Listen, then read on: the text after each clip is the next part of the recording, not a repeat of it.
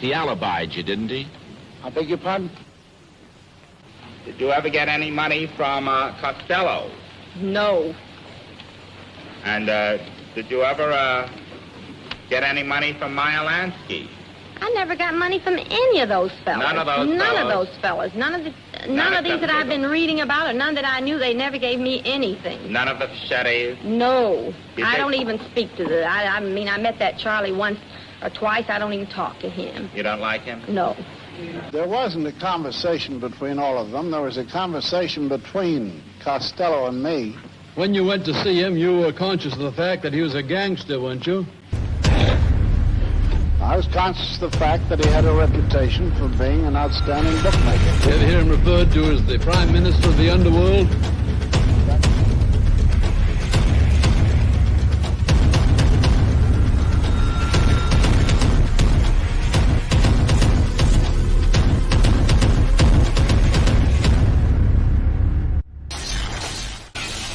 Night Court with Joe Lanou, live on X.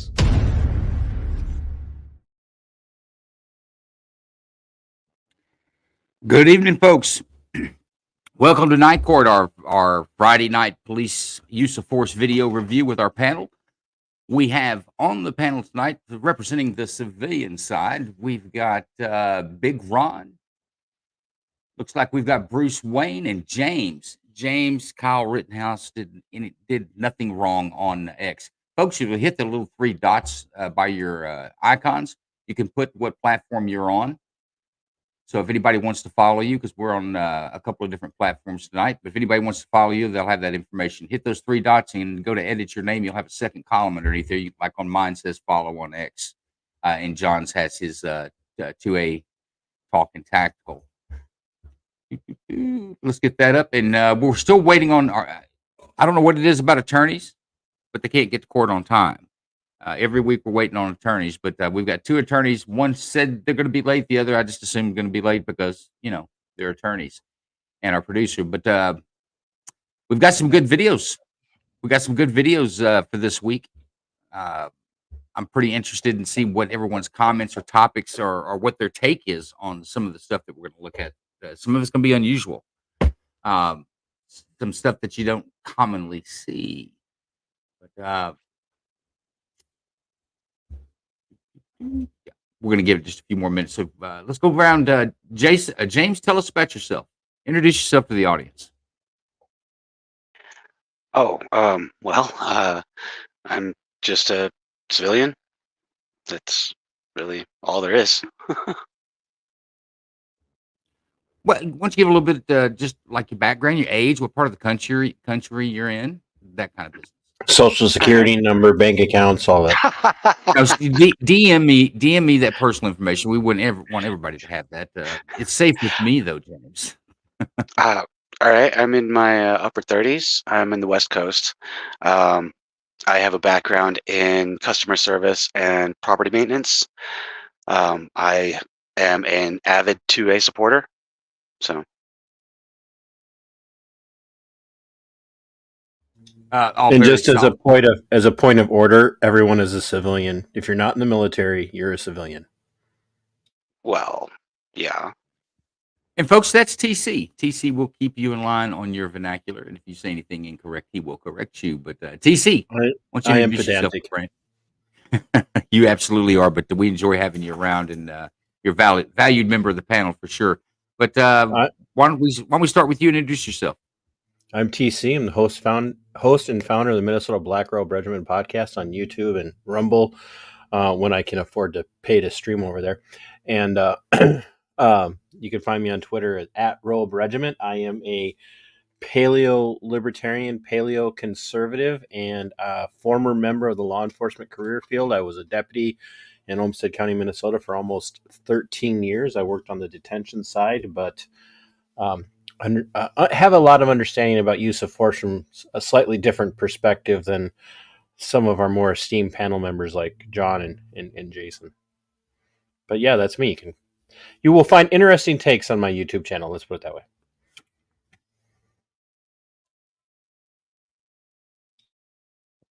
Sorry, you caught me doing some producer stuff. No, absolutely. TC's channel is actually very unique.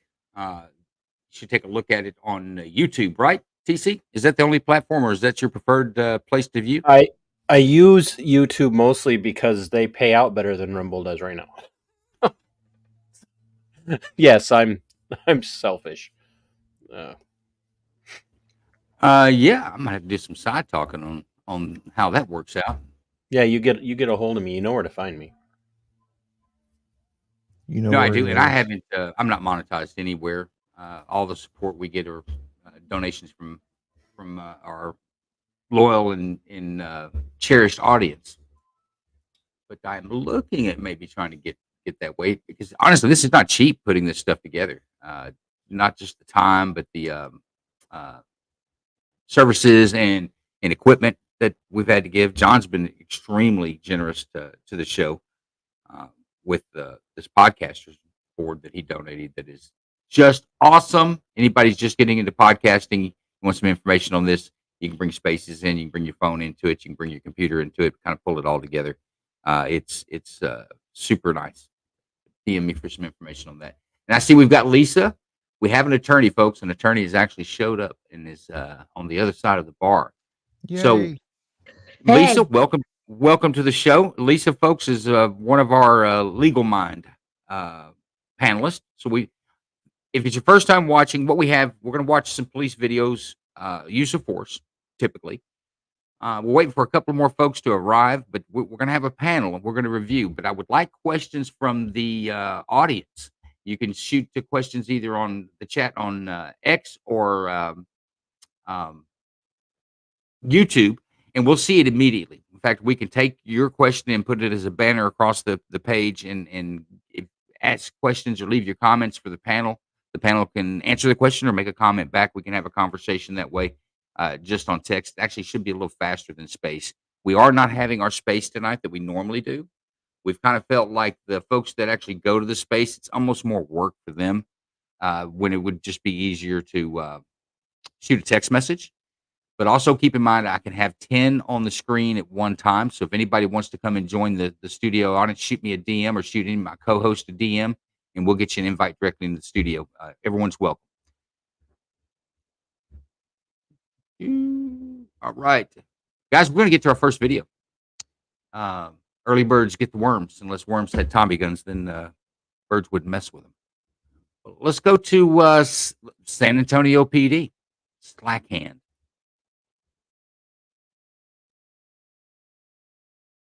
The car was occupied by 2 men and 1 woman. Hey, stop digging in your pocket, bro. Huh? Immediately after making contact with the driver, the officer instructed the front seat passenger to stop going through his pockets. Shortly after, the officer asked the driver to turn off the car and place the keys where the officer can see them out of concern that the driver may drive away. Hey, turn the car off. I was like, gas, man. Sorry. Let me get the keys. Why? Because I'm going to put them up here so you don't take off. I'm not going to take off on you. Okay, well, let me get the keys. If you ain't going to take off, I'm just going to put them up here just so you don't take off. It's for my safety. Look, I'm not. Look. There you go. Put them up there? Yeah, there you go, bro. The officer then asked for the ID of the passenger. You got your ID on you, man? Well, they're just my passengers. Yeah, I'm the passenger. You know, step off from here? And the officer asked the driver to step out of the car after he says he smells marijuana. Okay, step up. Why? Well, I told you to. Step out. Whoa. I'm not doing that. I'm trying to give you my insurance It card. smells like marijuana. I need you to I'm stop. sorry. Yes, I did smoke. I did smoke earlier. And but it's the smell on me. And I'm being honest with you. We'll figure that out. No, well, I'm being honest with you. Both the driver and the passenger are resistant to the officer's request. I came to give him a ride to go see his robot. You got your license and registration? The passenger in the vehicle is heard asking the backseat passenger for a gun. Huh? Stop reaching around, man. No, I thought you want me to get the insurance card. No.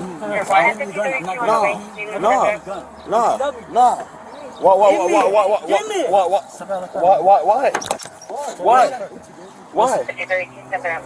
Sir, please. Stop reaching around, man. The suspect's gunfire hits the officer in the hand. Gunfire also strikes his police radio. The officer takes cover behind his patrol unit, dropping his weapon in the process. The officer retrieves his firearm from the ground, dropping his radio in the process, and returns fire. Though his gun continues to jam because he is unable to firmly grip the gun as a result of the gunshot wound to his hand. While the individuals in the car cease fire, the officer continues to shoot as he sees movement inside the vehicle and fears he may be shot again by the suspects.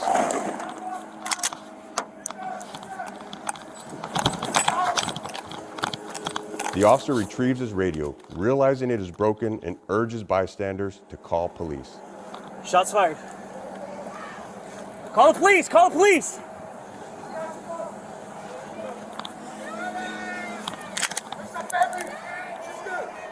Call the police! Call the police! My radio's down! Tell them my radio's down! Here is a relevant portion of the dash camera video synced with the officer's body camera video.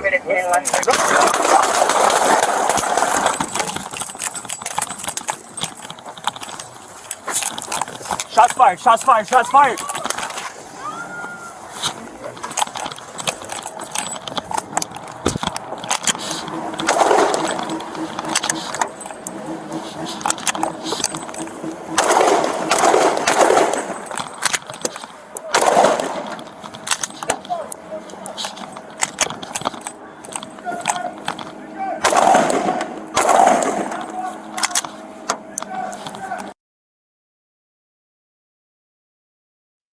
Little background on the shoot. There was 3 people in the vehicle, if you couldn't tell. 2 males and a female. Female was shot in the torso, survived. The 2 males in the vehicle did not survive that encounter. And we have both attorneys on deck. We might have a full magazine now, guys. But I want to go to. We don't have any comments yet. If you got some comments, guys, shoot them up. We're waiting on them. We'll add them in. Actually, they get priority on the show, so we're just waiting on you to make them. But until then, let's go to James. James is our civilian member on the board, and he's the rookie member. I think everybody else has done this once before. And I also want to say, Lisa, I think I asked you to introduce yourself and then cut you off and never allowed you to introduce yourself. So I'll introduce you. Oh, no worries. No. I got distracted. You introduced me as an attorney, which technically is true, but that's kind of a dirty word these days. You know what I mean? Well, I'll call you guys by anything that you agreeable to. I'm teasing. You know me. I'm a 1%er. But we'll do it legal minds. How's that? We'll call it. You're our legal mind panel. But James is our civilian. So, well, first off, we got Jaden. He says good shoot. And Jaden is a regular on the Night Court show. So good to see you again, Jaden. Jaden says it's a good shoot. And we got Laura is sometimes in her panel. Hang on, brother. I'm going to get to these first in case there's a question. I feel like we've neglected our audience before. I have 0 issues with the shots. The officer had no way of knowing if the threat was over. So we've got 2 4s, comments, not really a question. So, James, what's yours? No, it's a good shoot as far as I can see. He was trying to order him out of the vehicle because he thought he heard somebody talking about a gun, and I didn't necessarily hear that comment myself. I may not be turned up loud enough, but I'll go with it, especially considering a gun was indeed involved. He got hit in the hand, and at that point, you've got fight or flight, and he just kept shooting until he was sure he wasn't getting shot at again. Okay. I'm going to buy that. Now I'm going to Bruce Wayne. We're going to work from civilian to law enforcement. So you attorneys are in between. So, Bruce, what's your idea on the shot? Yeah, no, that looked like a good shoot to me. Like previous speaker was saying, there was a gun involved, and I couldn't see it in the video. He probably had a much better view. Would y'all like to play the video again? Sure. We could pause, stop, and turn the audio down, turn the audio up. So we've got some questions here. If whether there was a firearm involved or not, let's just take a look. And you guys can keep talking. The car was occupied by 2 men and 1 woman. Hey, stop digging in your...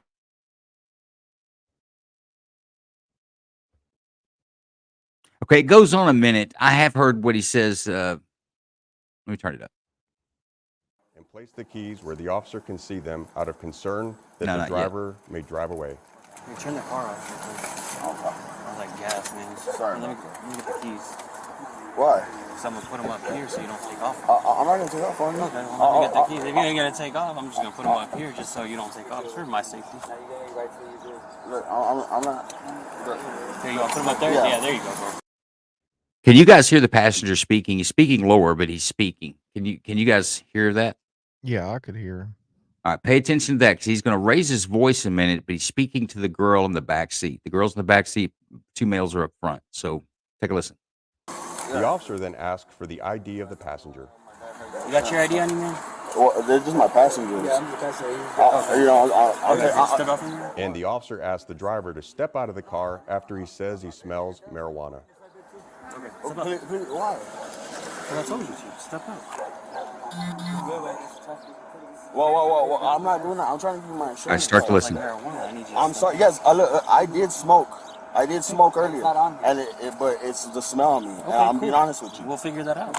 No, well, I'm being honest with you. Both the driver and the passenger are resistant to the officer's I request. came to give him a ride to go see his robot. You got your license and registration? The passenger in the vehicle is heard asking the backseat passenger for a gun.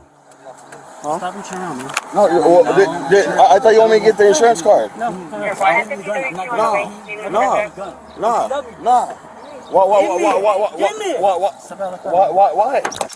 Why? Are you guys hearing it? We're saying give. Oh, I heard it that time. Yeah. I think he may say gun one more time, but not I'll back it up. He says gun loud enough that it was pretty clear one time, but he's very demanding. He wants the firearm. Why? Sir, please. Stop reaching around. The suspect's gunfire. Please. Stop reaching around. No.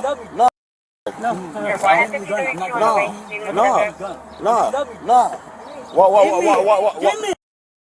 So do y'all hear it now? Give me the gun.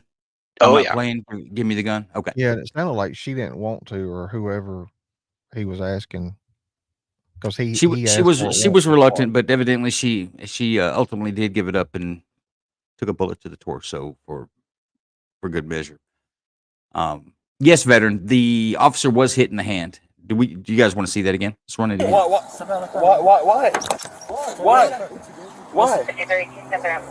Sir, please. Stop reaching around. The suspect's gunfire hits the officer in the hand. Gunfire also strikes his police radio. The officer takes cover behind his patrol unit, dropping his.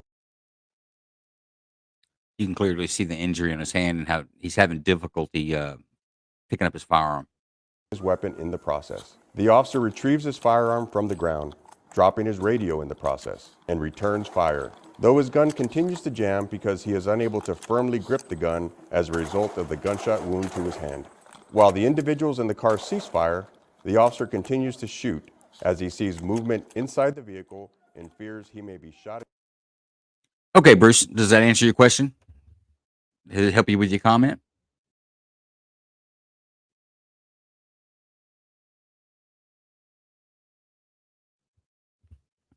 Am I getting out? Can anybody hear me? Yeah, I got you, Joe. Yep, Yeah, we got you. I'm hearing you just fine. Okay, let's go to Big Ron. Evening, everybody. Yeah, that was pretty quick draw on his part for him to be able to return fire like that. It sucks that he got injured, though. I'm kind of surprised he didn't switch over to his weak hand, where he had better control of that gun using his left hand. But I don't know all the circumstances, so that could have been injured too. Well, I'm waiting. I was just waiting on. Let's get to some officer critique, but Yeah, I was getting there. Sorry let's to go. steal your thunder, John. No, I don't think he did. I think he's still got plenty of thunder left in that. But let's go to Lawyer Joe, folks. Lawyer Joe has made it. Oh, Bruce fell off the stage. You're back on the stage now, Bruce, but we're skipping you. We're going to Lawyer Joe. I only got to see. Sorry, I don't have the best voice right now. I only got to see the last little part of it, right? Unless that few seconds from the cop asking for the keys on was it. But I'm having a hard time understanding like what happened. I just see that the driver was like cooperating kind of, and then I see the officer back up and start shooting everybody, and then he sees movement, so he keeps shooting. I'm not Okay, did you hear the audio? Having issues hearing the audio? No, I heard it kind of, but are we sure that that's what the passenger was asking for? Definitely. I can play it back and you can hear it again if you'd like. No, I mean, I kind of heard it. Yeah, Like I said, it's pretty clear. He says it more than once. Give me the gun. I ain't playing. Give me the gun. Please give me the gun. Oh, okay. Gimme. He's very adamant about it. Getting the I gun. didn't At least And he then- was nice and said please. Yeah. He wasn't angry with the woman in the back, but he didn't treat the police officer real well. First bullet looked like it took out or damaged his pinky and ring finger on his dominant hand, causing him some issues. So who fired first?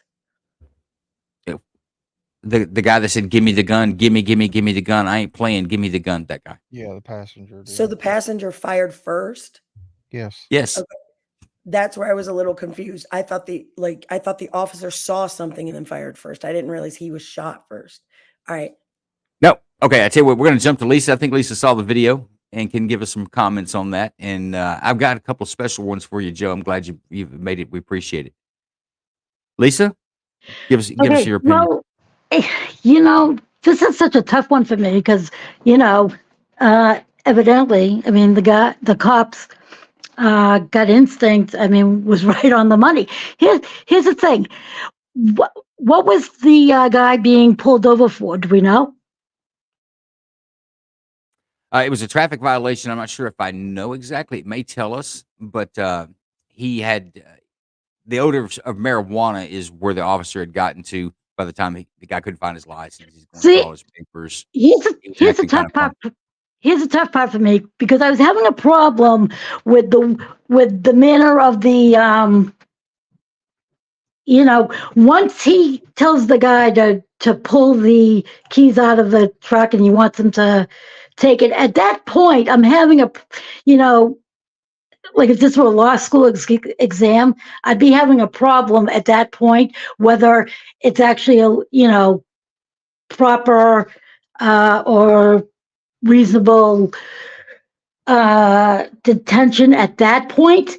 But I mean, once it gets to the point where he hears about the gun, then, then everything, what else can you expect the guy to do, right? So. Well, counselor, we've got the between the traffic stop and can't find the insurance and the guy's being pretty evasive. But the cop was distracting him, though. The cop was distracting him. but then you got the odor of marijuana, and that's the point where he's asking him to get out of the vehicle. Can I count? Can I count her? No, you're like in the law enforcement layer. We're still on. Fine. Jesus. Hold you. No. I know you're busting at the seams. I giggled when I picked this video out. Jason, I'm sitting on my hand. I'm sitting on my hands, Jason. Just good. Well, I'm pretty much going to agree with what Lisa said, so let's just go with that. Well, you can, but my problem is I don't know that. I mean, it's an argument. You can argue anything in court. I don't know that you'd be real successful when it comes to the odor of marijuana. Is the mere odor? Now, I seriously don't know necessarily the answer to this. It's the only odor I know that is probable cause in the state of Texas. And other states may have some other things, but the distinct smell of both burnt and fresh marijuana, it has a very distinct smell because of something called terpenes. There's not really anything else like it, and it doesn't take much training or exposure to it. For one, once you smelt it, you'll always know what it smells. So it is absolutely the odor of marijuana can be a probable cause for a vehicle search in Texas. Okay. See, I just got schooled. I don't see an issue with the stop on the officer at all, other than, and we don't know what he heard. We know what the mic picked up. We don't know if he actually heard the gun thing. To me, it seems like he didn't move with enough gusto. The guy asked for the gun for quite some time, but he may not have heard the word gun and just heard gimme, and knew some funky things were going on. Yeah, but I'm doing my analysis though. I'm wondering whether, though, even before he's said he smelt the marijuana was that the way he detained the vehicle. I'm not sure if, you know, I know it's a technical argument, but whether that was excessive at that point. For Well, it that, does. You know what? It doesn't but that, say. It doesn't say, but I'll say this. We're gonna assume his probable cause for the initial stop was good. The guy's going. He's asking for his license. Whatever he's asking him for, whether the officer's distracting him or not, he's not giving it to the officer. And the officer's standing at the window at this point. His probable cause, his reason for being there, I think, is linked pretty solid all the way through, even to the final shooting the final shots the way he was shooting them. In my opinion, I think it was a good shoot. But you know what? I'm not really the one that should be making an opinion right now. We need to go to John Cox, former law enforcement folks out of North Carolina. John Cox, he's a co-host on the Night Court show. We're big fans of his. I hate them damn windows. I hate them. And somebody mentioned about the tent, whether it was legal or illegal. I've seen legal tent be that dark, and it just gives me the heebie-jeebies. That was the first thing I noticed when he walked up, and then knowing somebody's back there. I mean, to me, you're already on edge, and then you hear somebody saying, "Give me the gun, give me the gun." I mean, that was bold. But yeah, obviously a good shoot. I am surprised. I mean, I know there's a lot going on after just being shot, but I was curious as to why he did not go left hand, non-dominant. I mean, we had to train that way just to get into BLET during the POPAT. And I never gave it much thought until when I started into it. And even when I go shooting, I bet I'll shoot 3-1 on with my left hand than I do with my right, because you just don't ever know. So I was kind of surprised there, but yeah, I mean, it was a good shoot. But he just had a lot going on right there. What was it? At least 4 occupants. Is that right? 3, a female in the back and 2 in the front. 2 males. Okay. can I ask a question? I Sure. mean, I would have. I don't know that he didn't. I don't know that he did, but just me, and it was actually kind of a unwritten policy we would call for a BK unit if we had more than 2. But yeah, I mean, yeah, he had a lot to keep his eyes on, and plus, I know he heard gun, so yeah, that was edgy. That was Okay, my question. I'm not. That was my question. That was What was your question exactly? Honestly, I'm not sure if I understood really where we were going with that. But what's your well, question? no. Well, Mike, I was gonna ask you experts. I was just thinking that from what I know of, if he's the only officer in the car, and there are at least 3 people in that vehicle, I was thinking to myself, man, he's pretty daring to get out necessarily right then and there without calling for some backup. Just not that didn't make it a good shoot or anything, but I'm just thinking for his own personal safety wise that was pretty risky, I thought. Well, that wouldn't have kept me from getting out and initiate or getting out and confronting him. But when I got up there and saw that many people, and then you have an odor of marijuana in there, I'm calling for a backup unit, because you're going to have to pull everybody out, and you're going to have to possibly more than likely detain everybody while you're searching it. Yeah, he needed somebody else there. But I mean, I would have done what he done up to the shooting. I'm just surprised he didn't call for a backup. Yep, that was my point. I think that part of the problem is when you look at use of force videos like this, we immediately go into a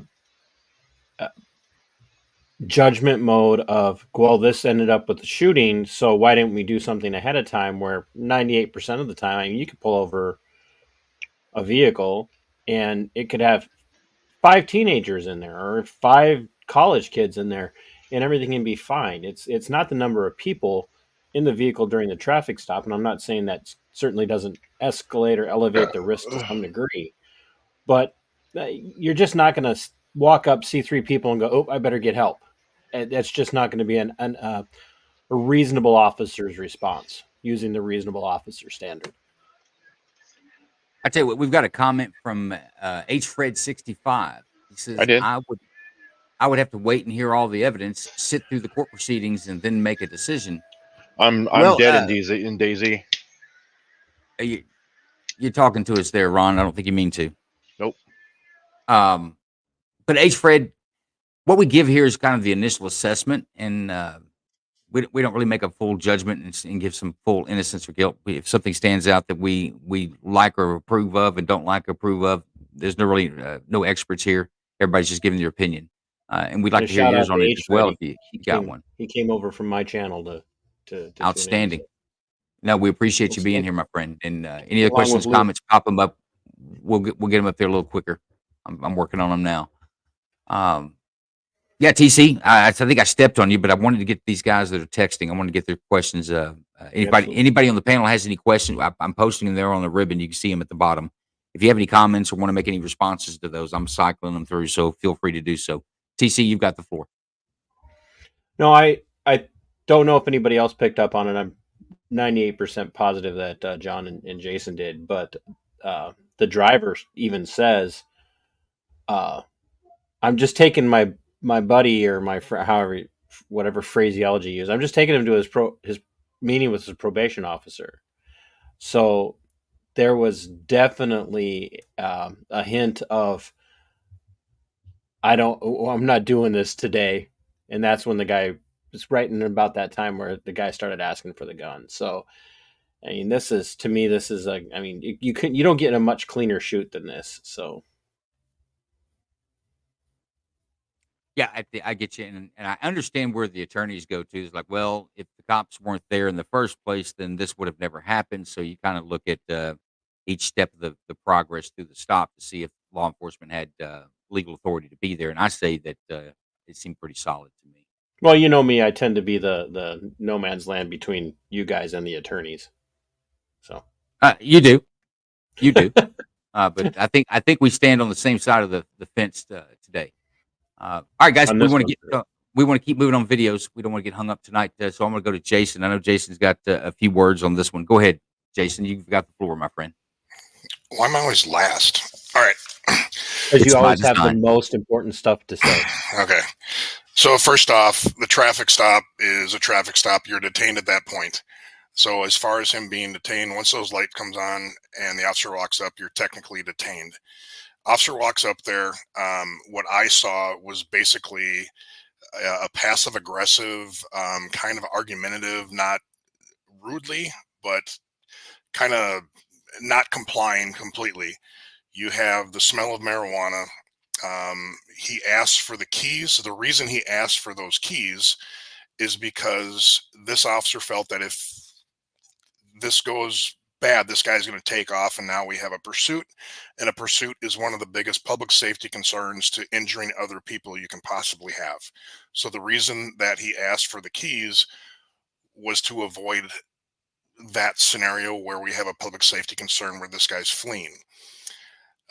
Once the smell of pot is there, now your detainment increases your probable cause. You ask him to step out of the vehicle because now you're investigating another crime beyond a traffic violation.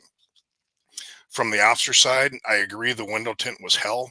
I hate window tint, but where that officer stood, in my opinion, he completely exposed himself, which would come out of that window. Once he heard that, and I'm not ripping on this cop, I think his draw was phenomenal, and he did what he had to do. But once he heard "hand me the gun," I'm backing the hell out of there as fast as I can. I agree with John. I would once I'm hit and my shooting hand is done and I'm bleeding, that hand is out of the question. I like the fact that he went to cover. First and foremost, to return fire and went to cover. Again, you have a very higher likely survival rate if you go to cover and fire and return fire. He did that. I probably would have been unjamming my gun with the rear sights on my bumper rather than using my injured hand to get that gun cleared. Yeah, all in all,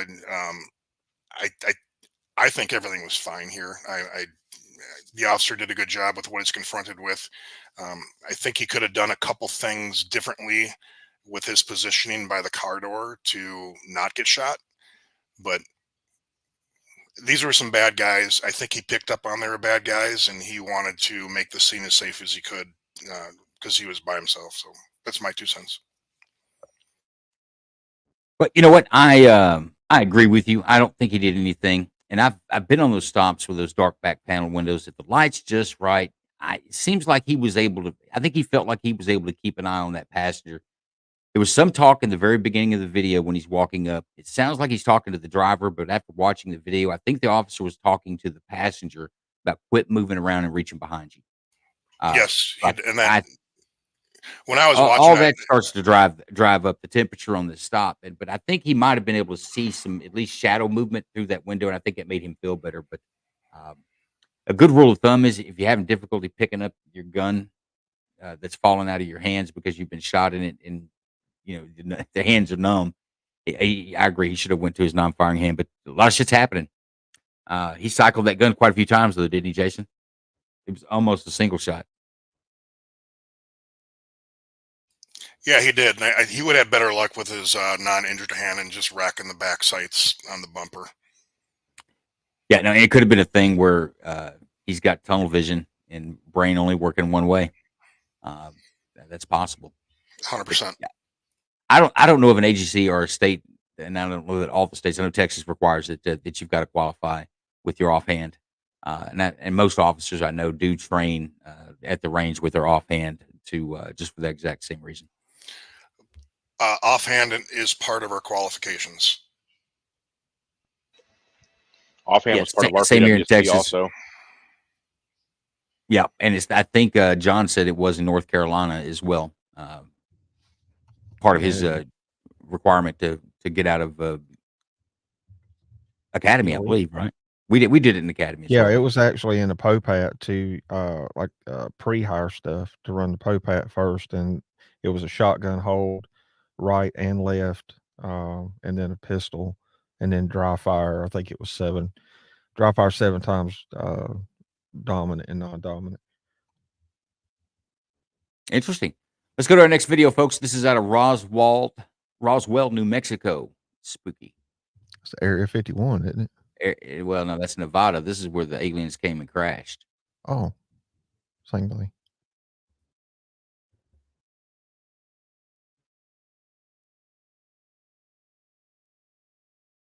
The audio will kick on in a minute. He hasn't keyed his turned I'm his digging the pink body Mustang. mic on. Check out this nice uniform. So that's so nice you don't have to tuck it in. He's Captain.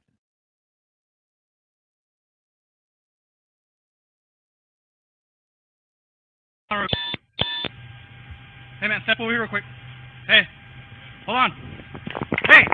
No, they ain't no stepping. Do not keep up pursuit.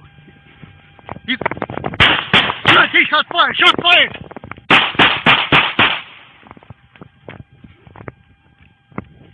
Do not take shots fired. One down.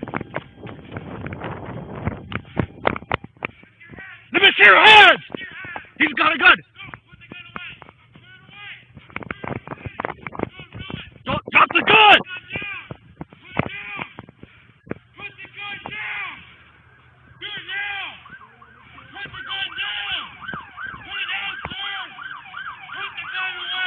Do not see where I'm burning him. Drop the gun! He fired it? 2-4-55, right now. 1-0 suspect, shot to the head.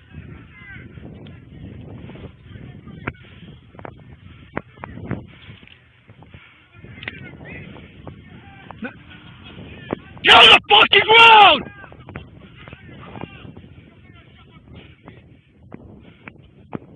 I got you, go!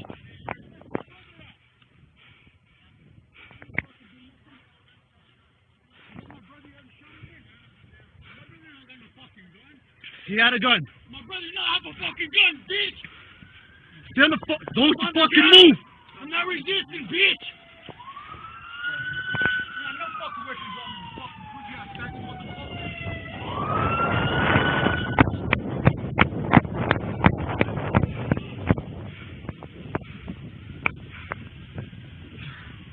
219 Roswell. One outstanding female.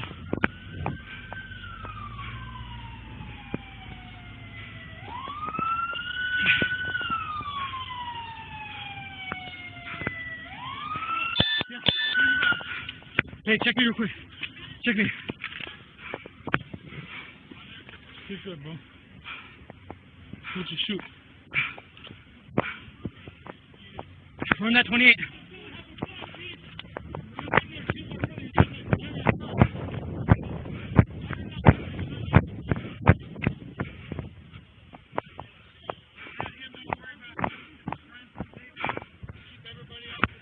Hey, check me real quick. No, check it. Hey, check me real quick. You look good, dude. Okay. Just calm down. Get that guy, go help him.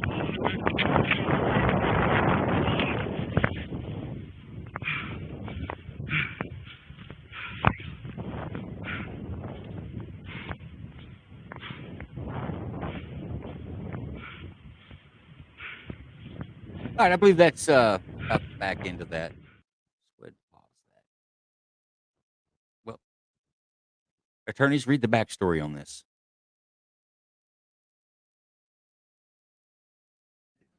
Can you play it again, Joe? I missed the first part of it. The entire video? No, the scroll, the wording. Yes. All right, here we go.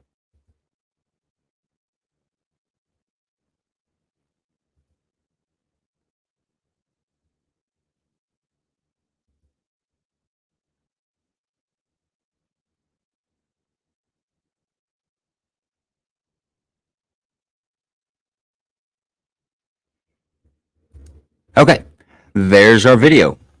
Let's go to I'll take audience questions, guys. If you have any questions or comments on the videos, post them up. You guys will get priority.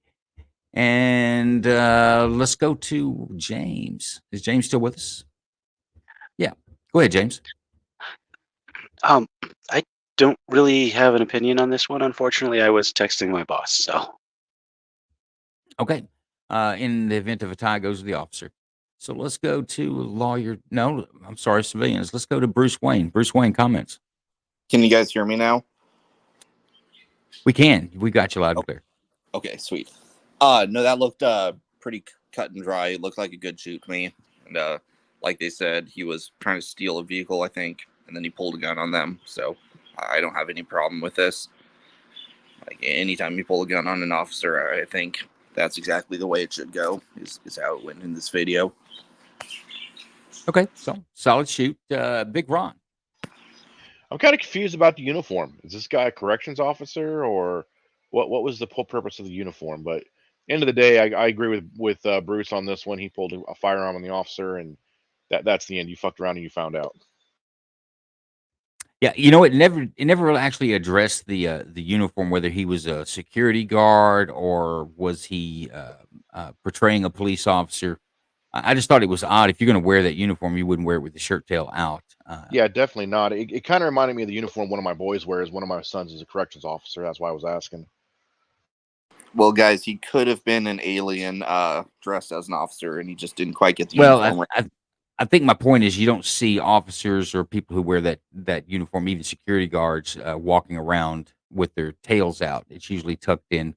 If you've got duty gear on, you're covering it up. It's kind of weird. So I don't know what the status is of. I just thought that was a very strange. Led me to believe that he most likely was not in the profession that uniform portrayed. All right, let's go to lawyer. Yes, Lawyer Joe. Okay, the problem that I have, and you know I have it, the whole, as soon as the cop starts firing across the fucking parking, excuse my language, the cop starts firing across the parking lot of a motel. There are vehicles. There were, I don't know, half a dozen at least vehicles there. You people walking in and out of doors and stuff. You have no idea. So he's firing across the parking lot? Absolutely not. Absolutely not. Absolutely not. I don't care what the other guy was doing. You don't fire across the parking lot. You could have hit somebody. Not So okay with that part. what about the guy who was shooting at the officer? Should he Well, be should we go and arrest him for that? Yeah, you can get in your vehicle and find him. I don't know what to tell you, but the guy wasn't shooting at anybody but the cop, but the cop is like blindly just shooting back around a corner. You couldn't see around that corner. There was a door over there. You had vehicles. You had that pisses me off in that context because I mean, there's people going in and out. They don't know, hey, oh, there's somebody getting shot. There's cops doing this shit. No, you can't just blindly shoot from, you can't see around that corner. He had no Okay. idea who was could have been over there, and he's just Yep. blindly shooting at this guy who's way too far away from him to be hit to begin with. Okay, so you're saying law enforcement was reckless? Is that where we're at? Yes, absolutely, Okay. yes.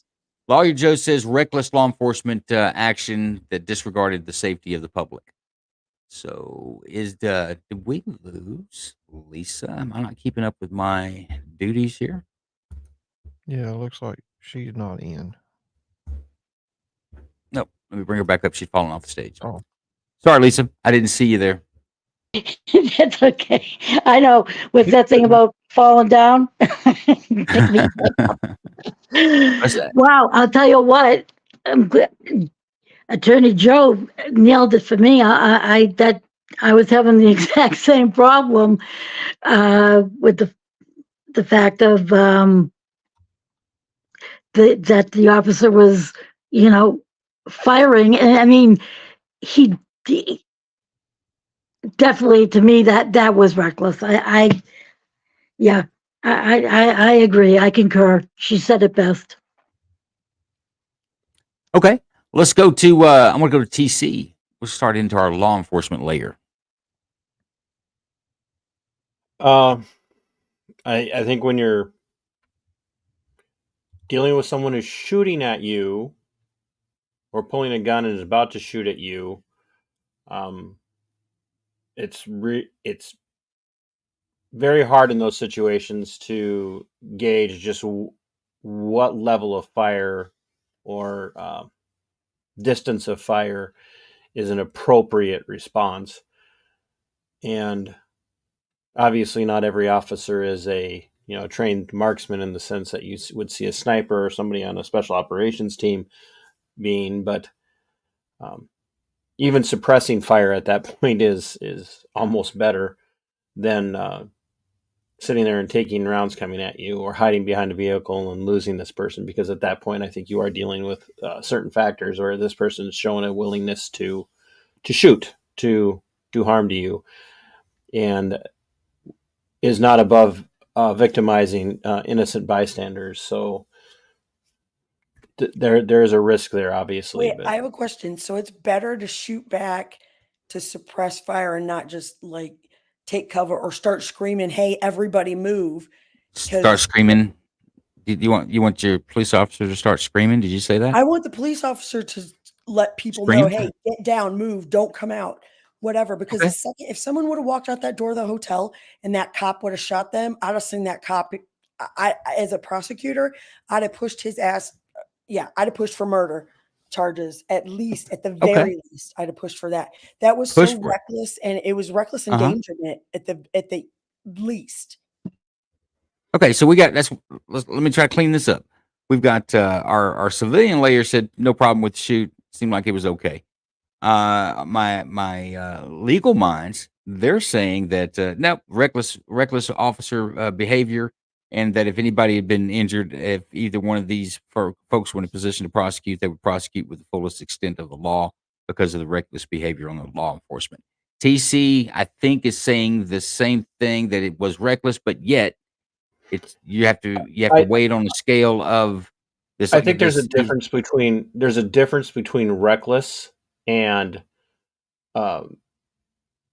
being caught between a rock and a hard place. And I believe in this situation that officers caught between a rock and a hard place, and the idea of imposing on this officer a standard that says you have to scream, get down, stay back when there's gunfire going on as you're crouching behind a vehicle or a wall or something is. But not everybody knows what gunfire sounds like. I mean, people really don't. Okay, They're let's move on. We're gonna. I'm gonna take your first answer that this was reckless behavior by law enforcement. And TC, I think what you're really saying is that the officer has to weigh this individual running down the street shooting off presents a danger to others as well, and an officer has an obligation to try to address that. So you're saying he's between a rock and a hard place, and so which way would you lean on this one? I say he's okay, or I say firing? he's doing what he needs to do for himself and for the bystanders in public. And the idea that people wouldn't understand it. I don't know. Gunfire. Yeah, I don't know. And normally Joe and I would agree. I'm really trying to figure out where your answer is. Is it reckless, or are you acceptable with officers? No, I don't think it's reckless. I think he was doing what he needed to do to end the threat. Okay, that's why I thought you were. Then you took me on a little side note there. I wasn't sure. I see you with your hand up, James. Go ahead real quick with the comment, sir. Yeah, I don't see the point in the officer trying to shout anything. Gunshots are loud, really, really loud. Anyone within earshot of the officer would hear the gunshots way more so than him. Okay, let's talk about some North Carolina law, John. Well, as we have determined in some videos back, on body cam, it looks further than it actually is. I don't think he was that far away from the suspect. And I mean, yeah, there's a corner of a building there, but the bullet ain't going to make a left-hand turn. It's going to go straight. So as long as you don't have anything on the other side of the target, I think you're good. It's a good shoot, in my opinion, based on what I could tell. Okay, we're going to jump straight to Jason. Jason, what you got on this one? I want to acknowledge one of the guys, I think it was Veteran, mentioned something about stop talking, and I 100% yes. When you're talking, you're not fighting, and that's a problem a lot of cops have, is the verbal commands and getting on your radio. If you're being shot at, shut the hell up and handle the situation. One thing I noticed in the video, and it kind of brought back some memories to me. The shooting I was in, when he went up to the officer and he said, "Am I hit? Check me." I did that exact same thing. And that's how much adrenaline is pumping through your body at that moment, because you've just been shot at and you can't feel if you've been hit or not. And you want to confirm that you're still in the game. That was just a point that when he said that, check me, I did the same exact thing. As far as the reckless part of this, the only person in this video being reckless was the guy that fled. The cop walked up respectfully. Some moron comes out with a uniform that God knows what he does, and then takes off, fires some rounds at. He made his bed there. Again, it goes back to public safety. What happens if this guy gets away? And now we have a manhunt, and that's the big missing piece here. When officers arrive to a scene, it was like going back to the video with the guy with the knives and the weapons. You just can't let him go. I mean, it's like, okay, you got a mental health issue, so just you go, take your weapons and go. And that's the part, I think, from the law enforcement side that people don't get, that our job is not to the main job is public safety. And is this guy a threat to public safety? And this guy, you've already made an act to commit murder against an officer. I don't think he would hesitate to commit murder against somebody else. And looking from the shot angle that he was at, I didn't see any innocent victims in the background. I think he shot in the moment, and there was nobody in the area that I would claim would be reckless. So it wasn't like an active shooter where he got 16 kids in a hallway. This was a one-on-one thing. The background was clear. He took the shot. He was fired at. I am totally fine with this.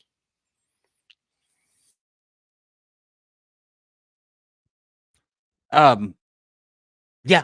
Well, here's my response to the whole reckless argument. He hit him.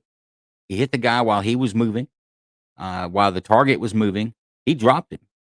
The guy ultimately gave himself the final shot, shot himself in the head, but the pursuit ended. That guy was not going to go any further, engage any other persons after that little engagement that we're calling reckless. So, but Joe, but Joe, that's where the defense rests right there. You say reckless, you say careless, but he did what exactly he intended to do. He raised his firearm and he dropped that guy. no more shooting except for Because one he more was shot lucky at that guy. nobody was walking out. There's a door on the end of that hotel. Someone could have walked out at any second, opened that door, and he'd have hit them and not the No. suspect he was chasing. Well, you're just guessing. You're acting like he You closed guys his are eyes guessing. and You guys are racked them off. guessing that the guy who was running would shoot a civilian.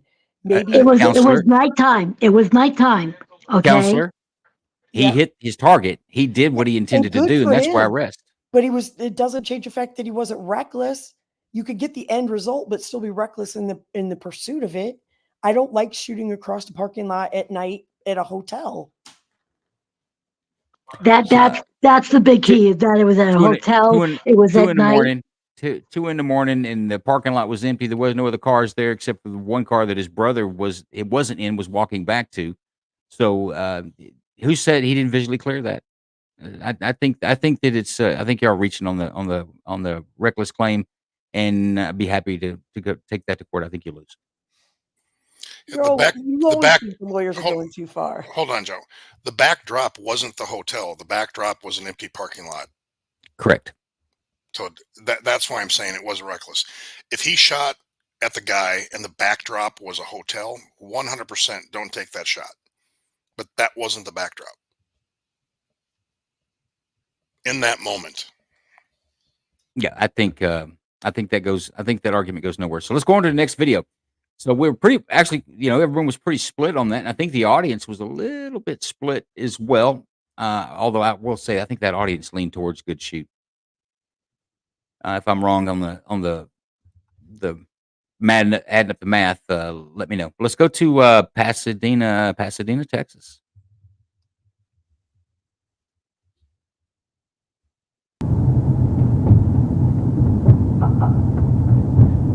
Anywhere is fine.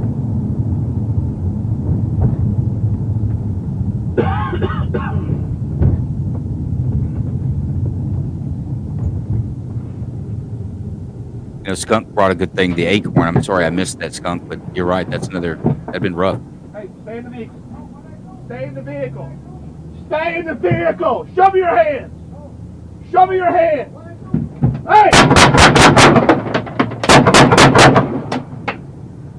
481, shots fired. Shots fired. Move it down for. Steady, Corwin out.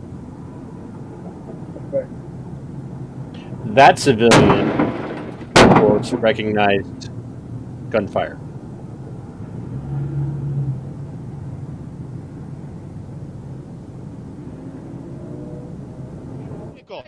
Stay in the vehicle. Show me your hands.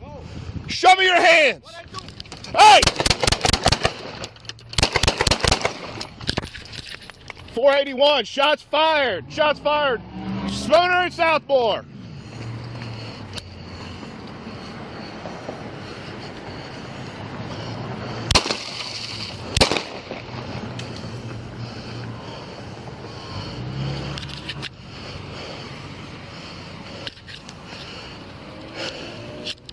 Patrol 1. 481, shots fired. Spooner and Southmore. Spooner and Southmore. Shots fired. Shots fired, Spooner and Southmore. Spooner and Southmore. Spooner and Southmore. Shots fired, Spooner and Southmore. All units assist the officer, Spooner and Southmore. Assist the officer, Spooner and Southmore.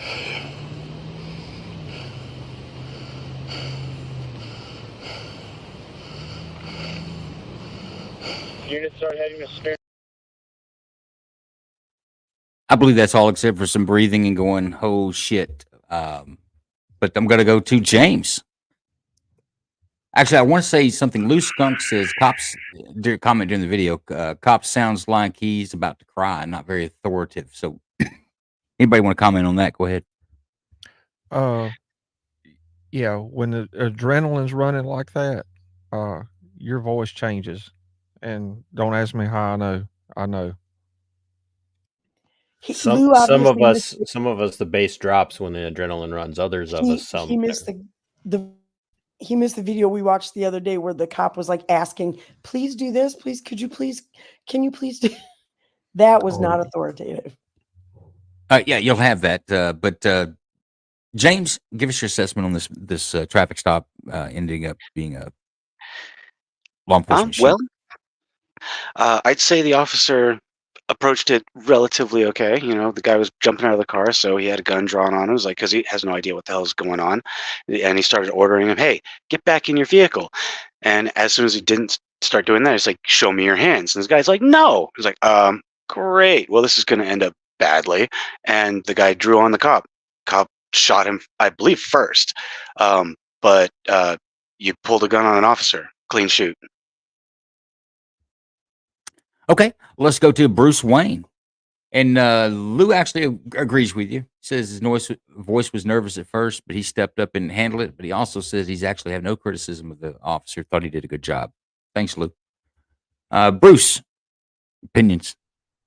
Yeah, I think we need to have some more questionable shoots here because I thought that was a good one as well. I don't have much to add to the previous speaker. There's your criticism. Yeah, okay, I'll take it. Big Ron. Yeah, I don't have an opinion on this one. I was watching Rocket go up. All right, that was wrong actually, because you're probably watching it from like your house. My front yard, yes. That's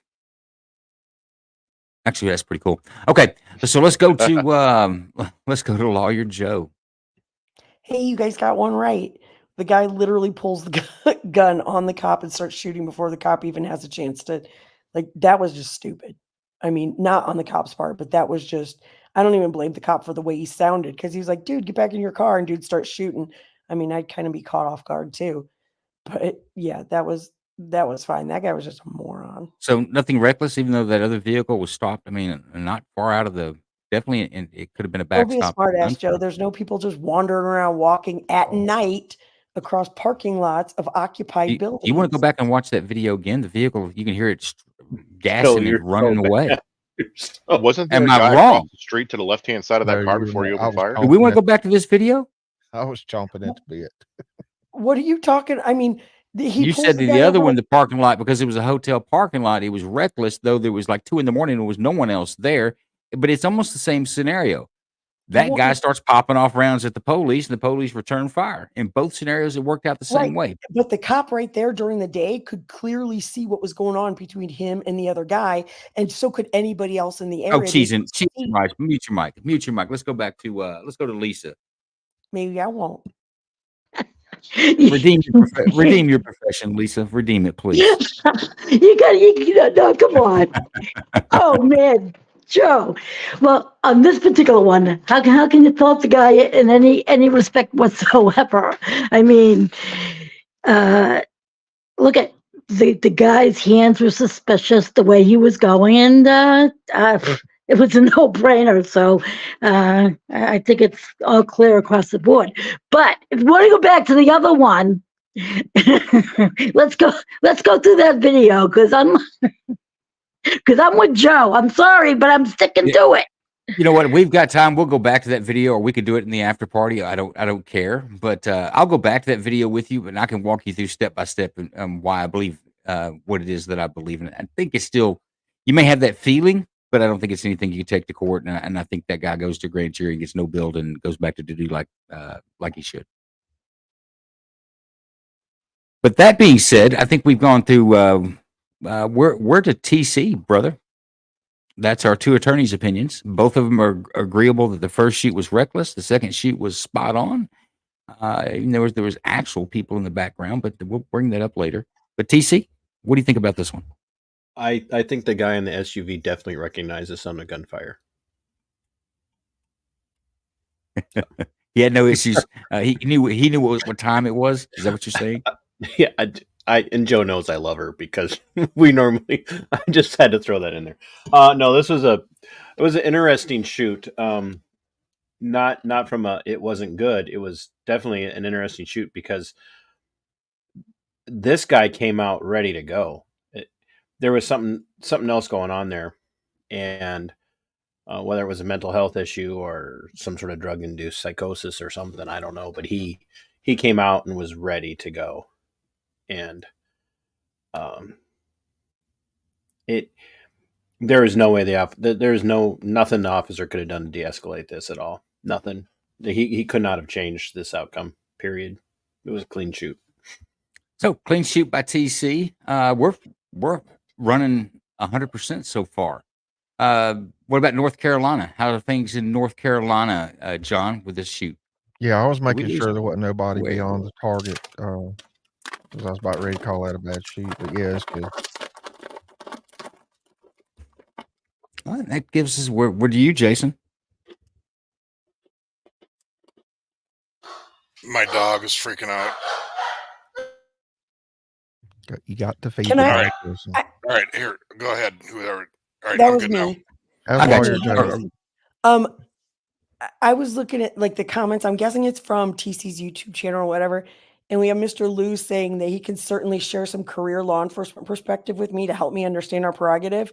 I won't say exactly what I'm thinking right now, but you can shove that because I know all about law enforcement stuff. I went through the academy shit like most other people here. And I've been in the legal field in criminal justice long enough that I know exactly what the prerogative is. So thanks anyway, but I already got it down. Please come to the after party.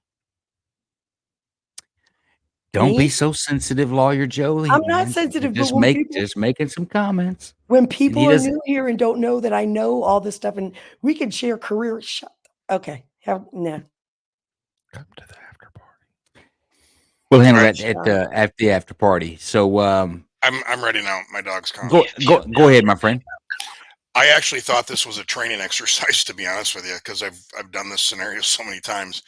But I think there's some mental health shit here. I think this guy wanted to die. With the way he steps out of the car and whatnot. But I will say, from the cop's perspective, I said this the other night. I quizzed you guys on what the hit rate was for officers being shot at, and it's like 17 to 19%. And the reason he was walking around, the cop did great. I don't care about his voice. I don't care about he backed. If I stop that car and he did that, I'm not out of my car yet. I'm putting my squad in reverse and I'm creating distance. If you don't have that, you step out of your car, you get to cover, which he did eventually. But no, I actually thought it was a training exercise when I saw it. You know what, Jason? You're right. I thought it was a training exercise until obviously it's not. But it is a very textbook or an easy way to train officers in responding on traffic stops and engagements and stuff. I thought the officer did a pretty good job. I think he handled it. Until he had cover, he was putting bullets into that dude's chest to buy him some cover. I think he did a pretty good job. And I do agree. I think suicide cop, mental illness issue, but for whatever it was, that's the way the driver of that vehicle wanted to end that engagement, and he got what he wanted. So, without any further ado, let's go to Louisiana. Let's look at a sheriff's office in some parish in Louisiana. Let's see if we feel the same way about this one.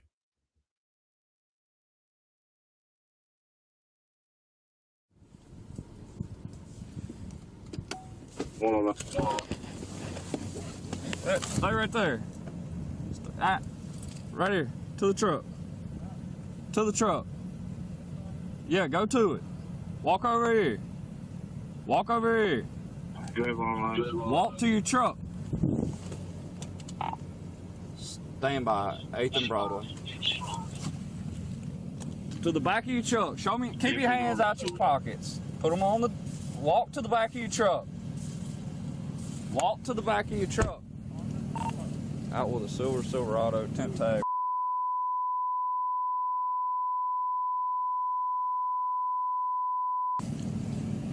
Face back here. Face your truck for me. Face your truck. What's this? Huh? What's this? Because you agitate, you turn around, you ain't following nothing. I am following. Look, turn. I don't hear you. Can I get my phone, sir? We'll get to that. Just turn and face the truck. Turn and face the truck. Gotta make a phone call to his attorney. What is wrong with you? Why is you grabbing on me, man? Give me a unit. Why you grabbing on me, bro? Turn around and put your hands behind your back. What's wrong with you, bro? Put your hands behind your back. For what? Put your hands behind your back. For what, bro? Put your hands behind your back. For what? 10-18! 10-18! Oh!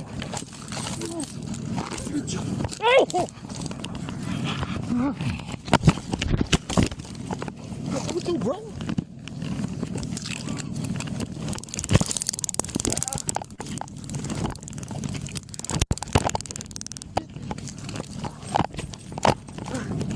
before somebody just gonna drive on by.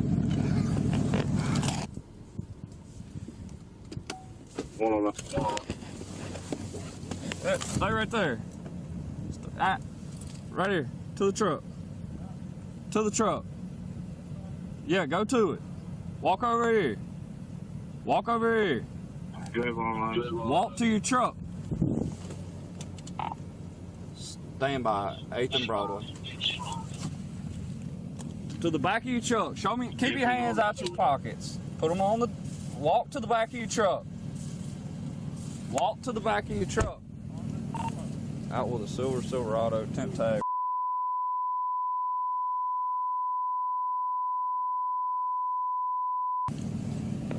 Face the back here. Face your truck for me. Face your truck. What's this? Huh? What's the issue? Because you agitate, you turn around, you ain't following nothing. I am following. Look, turn. I don't hear you. Can I get my phone, sir?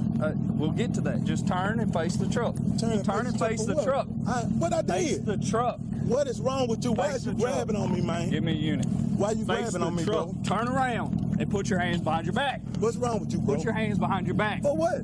Put your hands behind your back. For what, bro? Put your hands. For what? Your back. For what? 10-18! 10-18! Ow!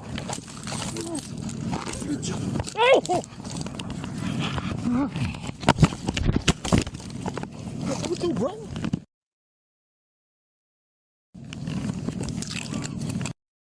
Back it up just a little bit. The banner's coming. What you, bro?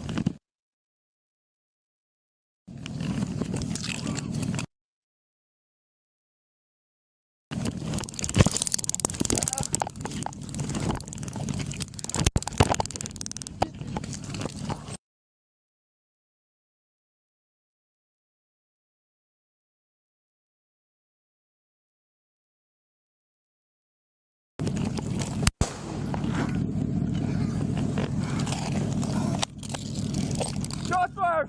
Shots fired!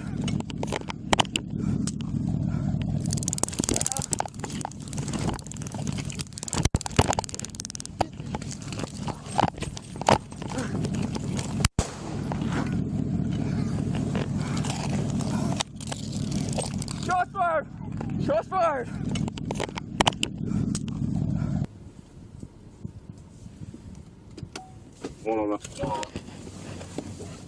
Stay right there. Right here. To the truck. To the truck. Yeah, go to it. Walk over here. Walk over here. Walk to your truck. Stand by 8th and Broadway. To the back of your truck. Show me. Keep your hands out your pockets. Put them on the. Walk to the back of your truck. Walk to the back of your truck. Out with a Silverado temp tag.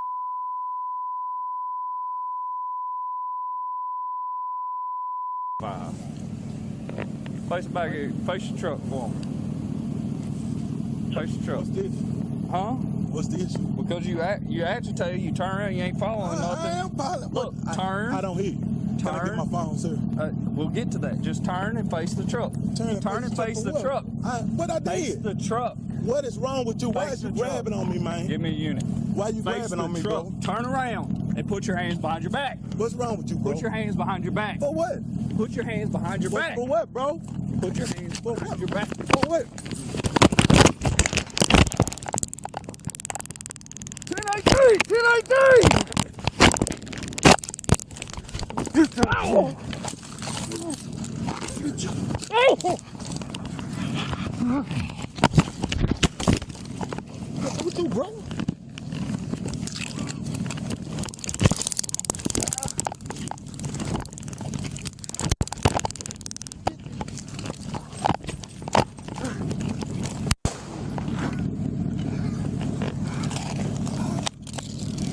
Shots fired! Shots fired!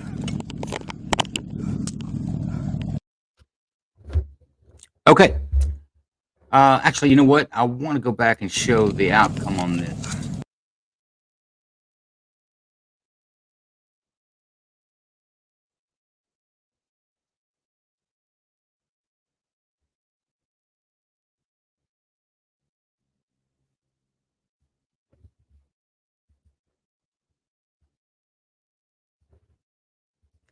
There you go.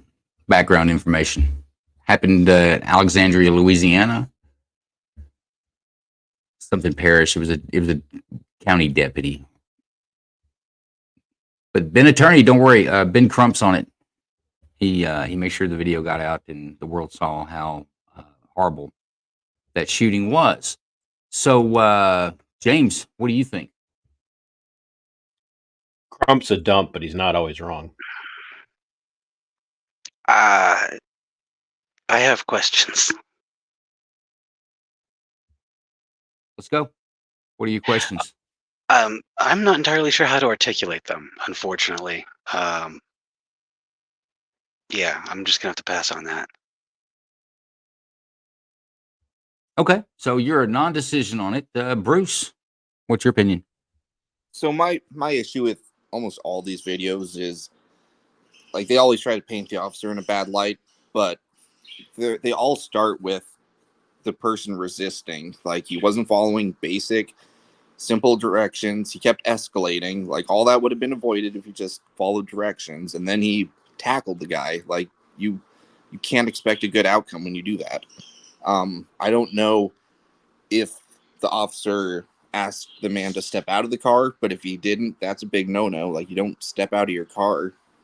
Like, that already raises some major red flags. So again, like, it could have gone a different way, but I don't see a problem with what the officer did to respond. Okay, so you say proper use of force and it was okay. You won't say a great shoe, but okay, right? Or no? Oh, we sorry. lose?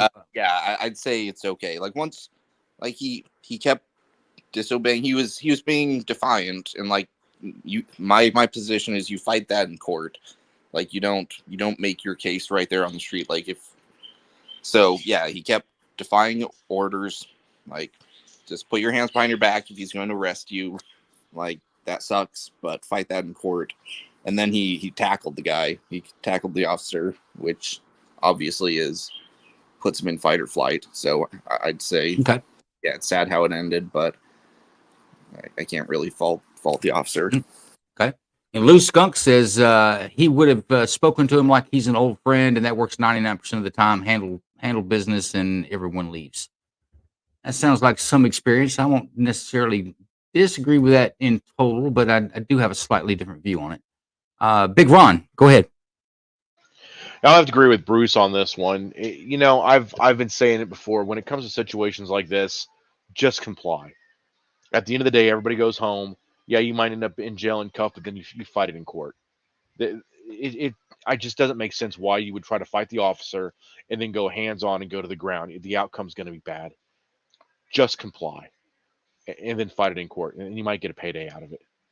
Okay, so you see the officer on this, the deputy on this, being no bill to the grand jury and continuing his law enforcement. As soon as the suspect took him to the ground and then grabbed his taser, that gave him the ability to incapacitate the officer. It was a legal shoot.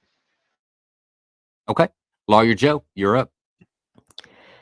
I think TC and I are going to agree on this one because I see him shaking his head.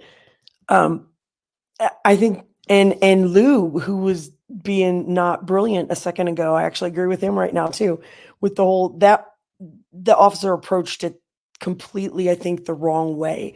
Because you've even said before, Joe, that it's the when you're dealing with people and cops are dealing with people, it's not their best day probably. So remembering that this guy's probably, I mean, I don't get why people jump out of their vehicles either, B Wayne. It doesn't make sense, but he did. But and the officer immediately just starts like kind of at him and then telling me to go to the back of the truck, put your hands on the back of the truck, put your hands behind your back. But why not just take a second and talk to the dude first, kind of de-escalate, see what's going on, and then go from there. But he immediately went into kind of being overly aggressive. And we saw how that he wasn't prepared for that. Guy was bigger than him. So, I mean, I would think you'd take 2 seconds to be like, shit, this guy's bigger than me. Maybe I should just talk. Maybe there's nothing going on. We should just talk to him for a second. Keep your hand on your weapon, but don't escalate it if it doesn't need to be escalated. That's my problem with it. But after that, Okay. after they went to the So ground, give me an assessment. If he goes to a grand jury, you referring him to trial, you indicting him, or are you going to no bill him? I mean, that the cop, I don't think he did anything worthy of criminal action. I think he was just an idiot. Like he could have gotten himself way seriously Okay, hurt but doing that's not a crime. He can still continue his law enforcement career, right. so you would Do no I bill think it him. was criminal? No. Do I think he should probably be Okay. slapped upside the head? Yes. Okay, let me go to TC. Thank you. Actually, Lisa's back. Lisa, did you see the video? I didn't see exactly when you dropped out. If you want to make a comment on it, we're Nope, still on I the law here. pass. I pass. Gotcha. Go ahead, TC. The shoot was clean. There's no argument about that. The shoot was clean. The cops' approach was, I wouldn't say it was unprofessional. I wouldn't even say there was anything policy wise that would make it, because obviously I don't know the agency's policy. But in this day and age, with so much talk about the way law enforcement approaches people, there is room for officers to just take a step back and say, yep, I'm the authority here. And just the fact that I have this uniform on and a firearm on my side, it's clear I'm the authority. I do not need to start barking commands at this person right away. Now, you go to our previous video with the guy with the gun, it clearly gets out of his vehicle and has a desire to do harm. You see that in his body posture. He's got a bladed stance with the officer right away. This guy's walking around. He's not making any furtive movements. He's not even being aggressive or vocal with the officer. He's just saying, why, what's going on? And the officer could have just stepped in and said, hey man, let's talk it out. You seem like you might be a little upset, a little agitated. I get it. Getting pulled over is not fun. Let's talk. Let's see what's going on here. And he didn't do that. He immediately went into, I'm the boss and you're going to do whatever the hell I say right now. Do you fight with a cop on the side of the road? Absolutely not. You don't. That's how you end up dead.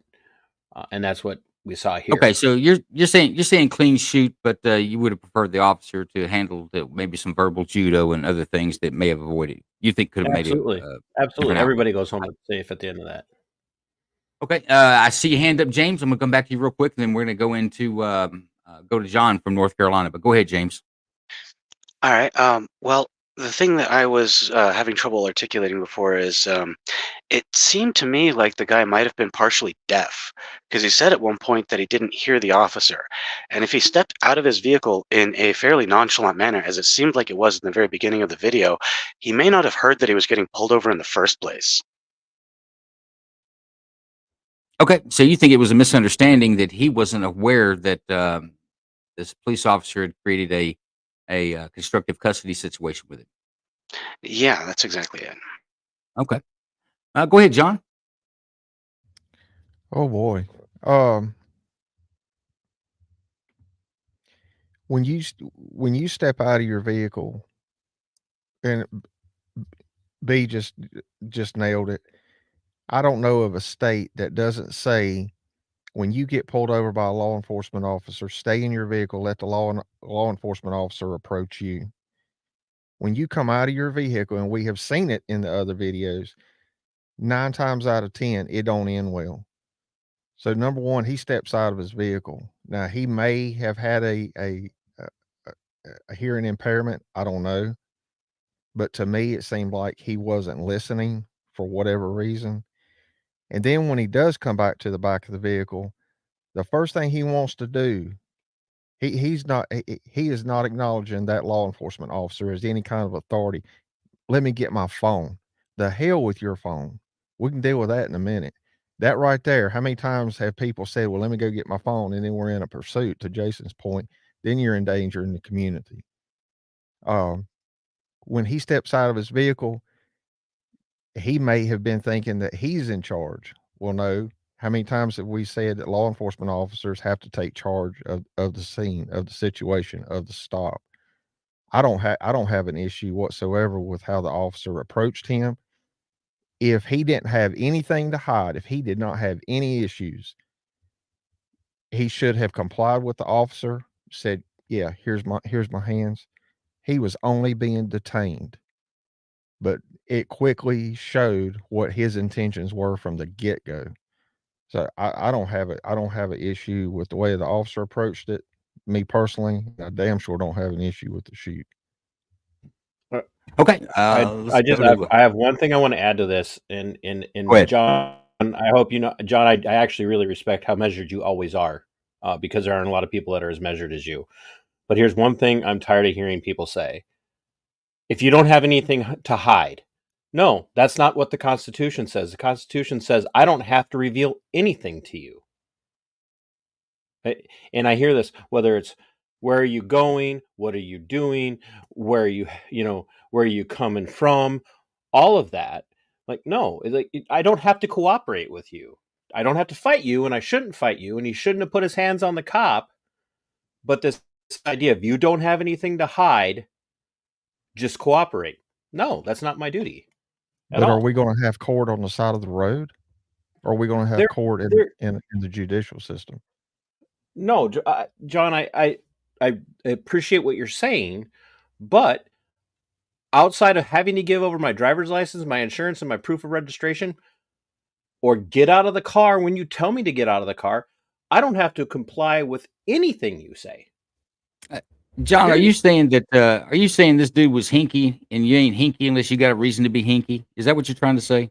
And that has been my experience, and maybe that is wrong, but that has always been my Well, I experience. think, and I don't think that's coming across on TC. TC, what he's saying is this guy wasn't acting right, and there's a reason why he's not acting right, and so the officer should take maybe a more command authority, take more control of the situation. No, I and don't like want to I make a said, comment on that yet, but I always mean, I always appreciate John, because John is measured and reasonable, because I think he's got the experience. Where there are people out there who don't have the experience, would never be as reasonable as John's being, or as Jason is on these things. I mean that. I'm not just blowing smoke. You guys know No, me. I I don't blow believe smoke. you. I mean, I, yeah, I mean, I everybody don't has blow, their you own know I opinion on don't blow smoke. I just there again, especially with the way we're scrutinizing law enforcement today, and I think it's good. I think we should be scrutinizing law enforcement. I think we should be scrutinizing everybody in the public sector, from janitors in the government building to teachers. We should be scrutinizing everybody. But especially the way law enforcement is being scrutinized, and the amount of hate they do get, some of it earned, some of it not. There is a place to step back, de-escalate, and use those communication skills that they now emphasize. Every freaking agency in the country emphasize, oh, we teach our officers to communicate, to de-escalate these situations, even if it takes longer at a stop. And that's what I think is missing. And I wish there were more guys like John, because I think John would be phenomenal at teaching. Did you ever teach communication? Because you strike No, me I like you wasn't. did. I wasn't there. I wasn't there that long. I had to You leave. were like, no, not me. He says, I'm sorry, I derailed. I didn't. No, I mean had to. 2 back I tell you what, surgeries. let's try to keep things moving here. We have more videos to get to, and we still haven't heard from Jason. Jason, my friend, you have the floor.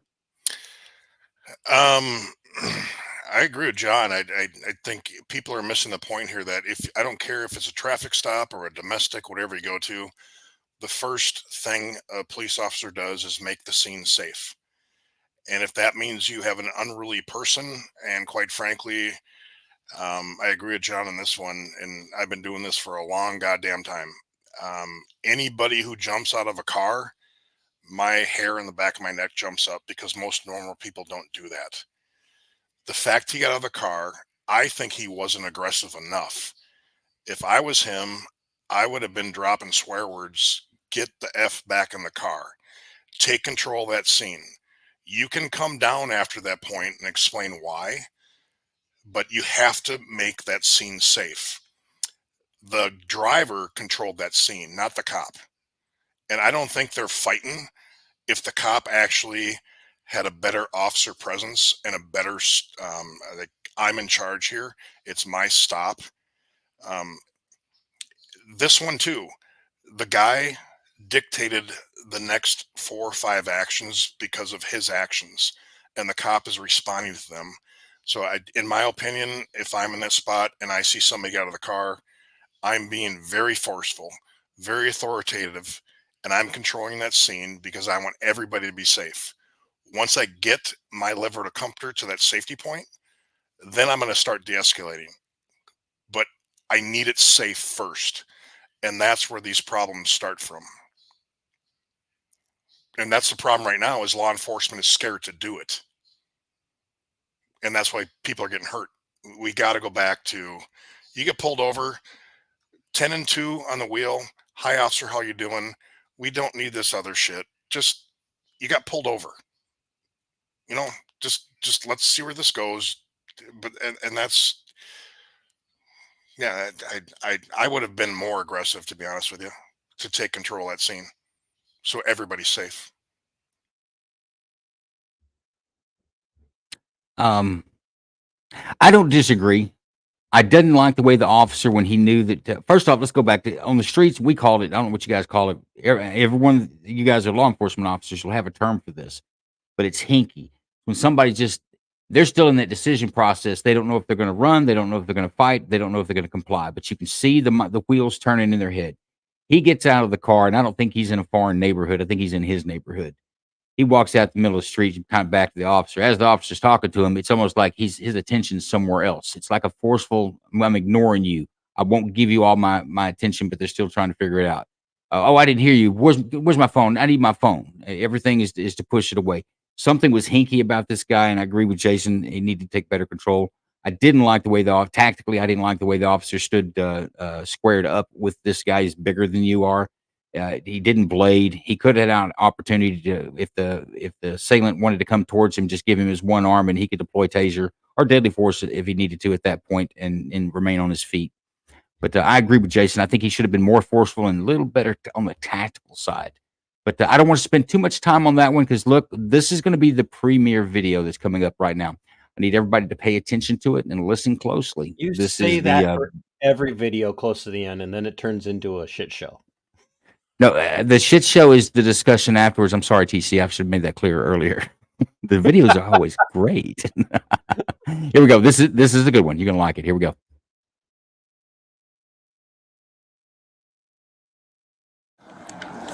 Sorry that. So, you have your keys out of your ignition for me? I don't know if I Okay, perfect. So, do you know that you have a warrant out of Texas?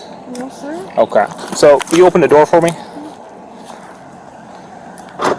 Okay. So, I'm going to need you to step out of the vehicle. Do you have any weapons on you? No, sir. Okay. My dogs are at home. Okay, that's something we'll deal with later, okay? You gonna step out for me? Alright, so you're gonna walk back right here. Face your vehicle for me. Place your hands on top of your head for me. Your rocket planted? Want to interlace your fingers. So you don't have anything that's gonna poke me, hurt me, or stick me? Okay. Did you move here recently? Yeah. Okay. Want to put your hands behind your back for me? I just got a license and I just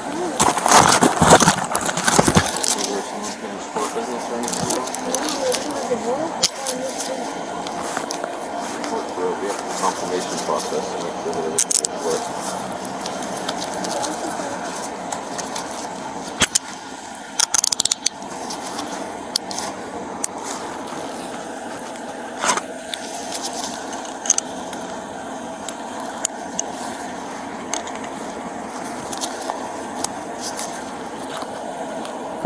One detained. There we go. I'm going to step out. Which, The one, sorry, I don't want my neighbors. The one with the stairs going like vertically?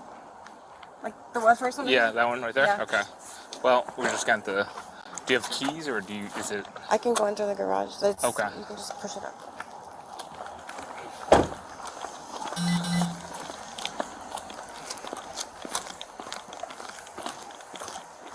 Are they in the garage? Just push it up forward. Are they in the garage? No, they're all in the house. Down here?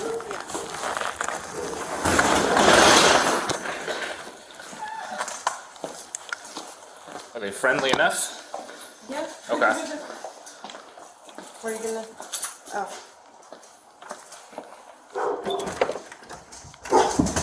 See? Should I close the garage or? Okay. Hi, puppy. Hello. Hey.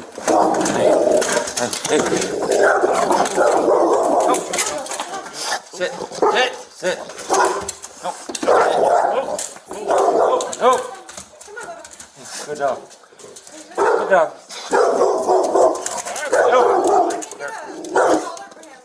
Okay. All right. Just let him, call him in.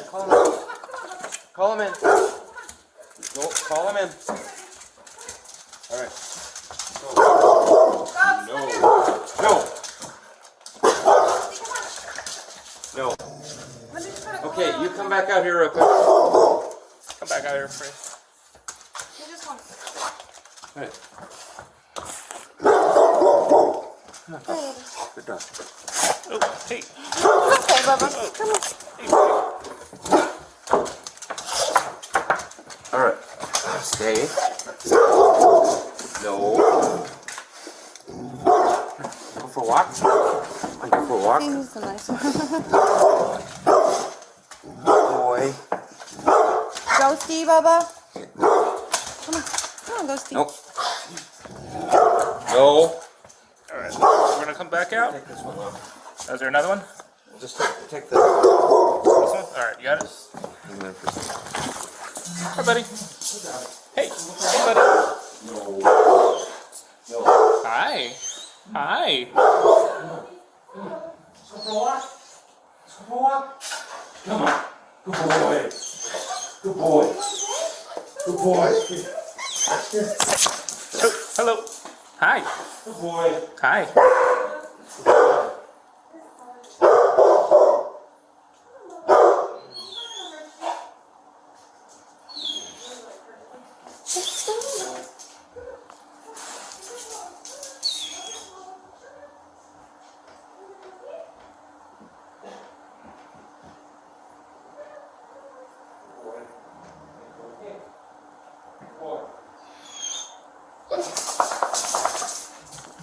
Hi. Hi. Hi. Hi. Hi.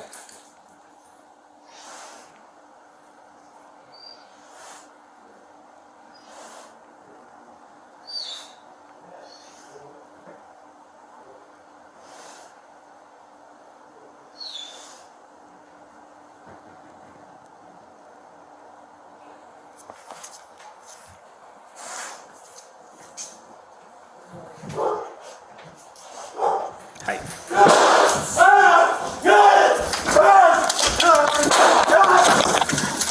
You alright? She got a gun? One nine, shots fired! One nine, shots fired!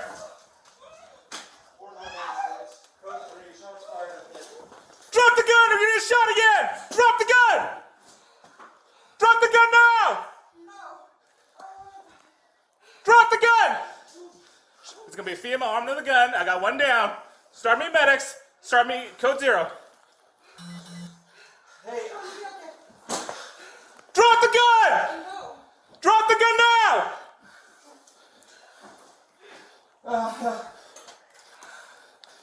11544 Aguila Street, Happy Valley.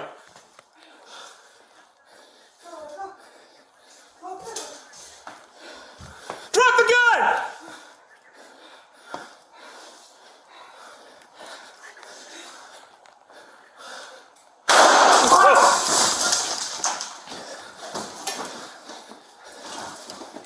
Drop the gun!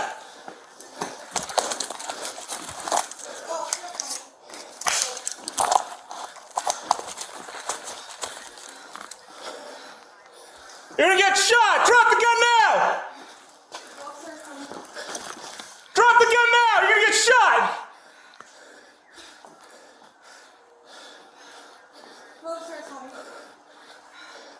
You're gonna get shot! Drop the gun now! Drop the gun! Drop the gun!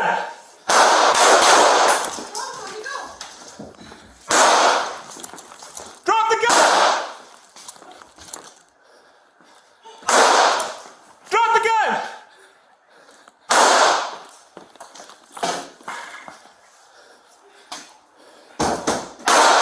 Drop the gun! Suspect in the house shooting at us. I got one down.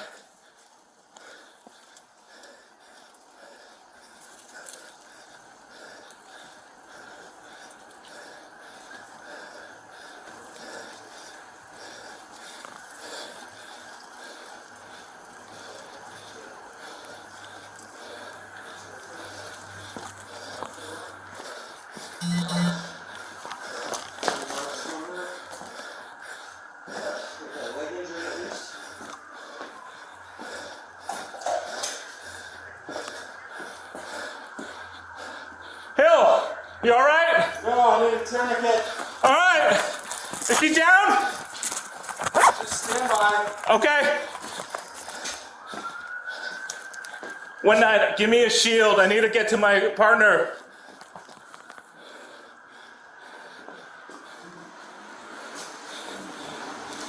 I'm stuck in between where the suspect went down and my partner. Give me a shield. I need to get a tourniquet. Where do you need it? Cover me. She's on the right. Cover me. If she gets up, shoot her. I'm going to get the point. I got to put a tourniquet on him. Yeah. All right? I'm going in. There, slow.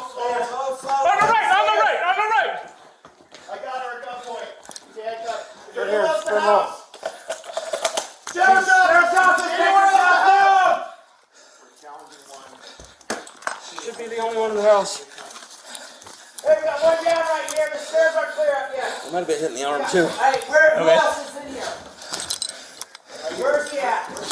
Right here. Behind us. Okay, There's a dog in here too. the pit bull. We got a pit bull in here. How many more people are up there, guys? There should At be least it. One. Should be it. At least one. No, she's it. She should be it. She was the only one. Right now. She was the only one. Hey, come in. Come on, hands up. We got the rest. Just stay. We don't know where the rest of the other person is. Hold back. We gotta get out. We're all too many in here. Okay. We get you out? We got one on? I can't check. Do me an assessment. I'm doing an assessment. I gotta do a wound check. I can't. Where's she at? Down suspect is here. One other in the Check my arm. house. Slow it down, slow it down. Okay. Hey, there's a med kit in the back car. Hey, can you guys cover us or get Travis out that door? Yes, I got you covered. Are we gonna shield? We're just gonna carry you out, dude. Yeah. Good. You're okay. You're gonna be fine. You're good, dude. 1, 2, 3, let's go. Come on. Okay. Let's slow it down. Right behind you guys. All right. Right behind you. You gotta get here for you to work. I got you, brother. I got you. Okay, somebody support my leg. Sit down.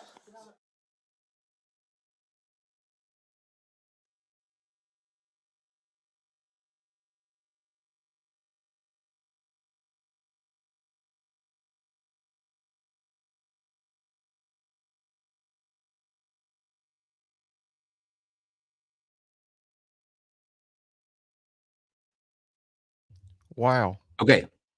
Let's go to James. Let me get some of these. Go ahead, James. I'm gonna get some of these questions up from the audience as well.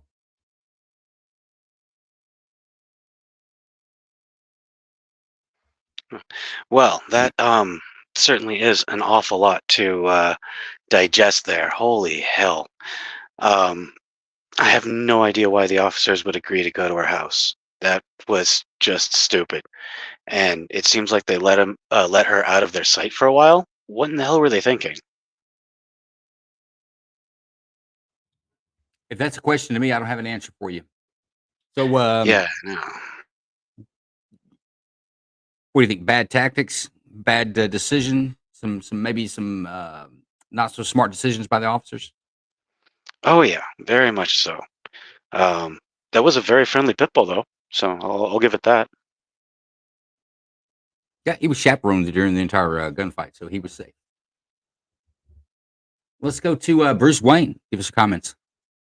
Man, I was wondering where that video was going because she was so meek and just complied with everything to begin with. I was like, I don't see how this is going to go bad. And then they went to her house, like James was saying, and, which I thought was weird. I think they kind of let their guards down because she was so compliant. And yeah, I wouldn't have gone in and walked her dogs or whatever they were going to do. But it was nice of them. It just didn't play in their favor.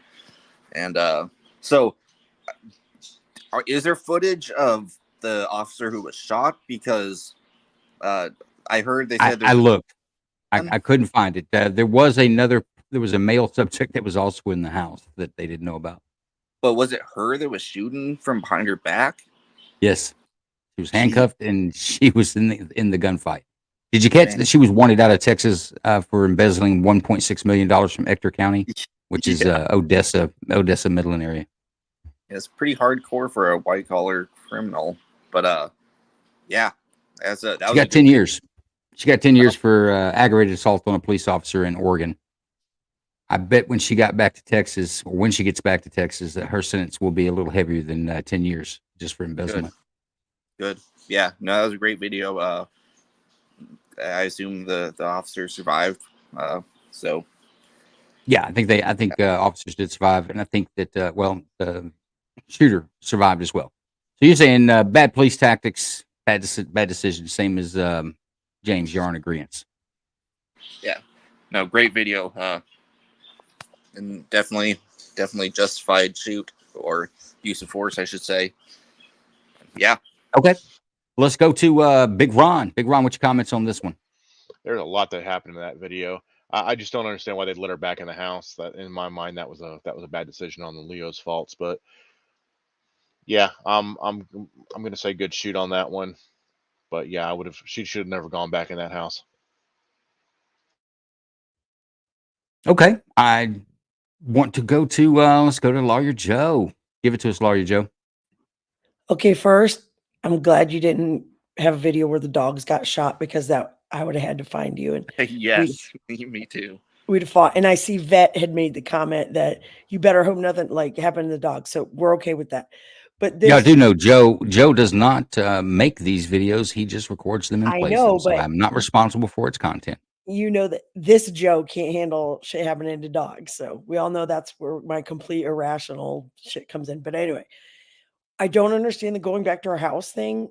Her dog, I get it. I have 8 dogs. If I were to be arrested, there'd be issues, but therefore I'd leave.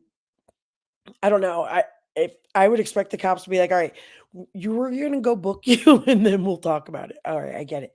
But, and then honestly, I thought it was going to be another one of the blowjob ones where they were going to take her back and she was going to get out of it, like the one lady did with the cop who locked himself in the back of the car. That's the first thing I thought.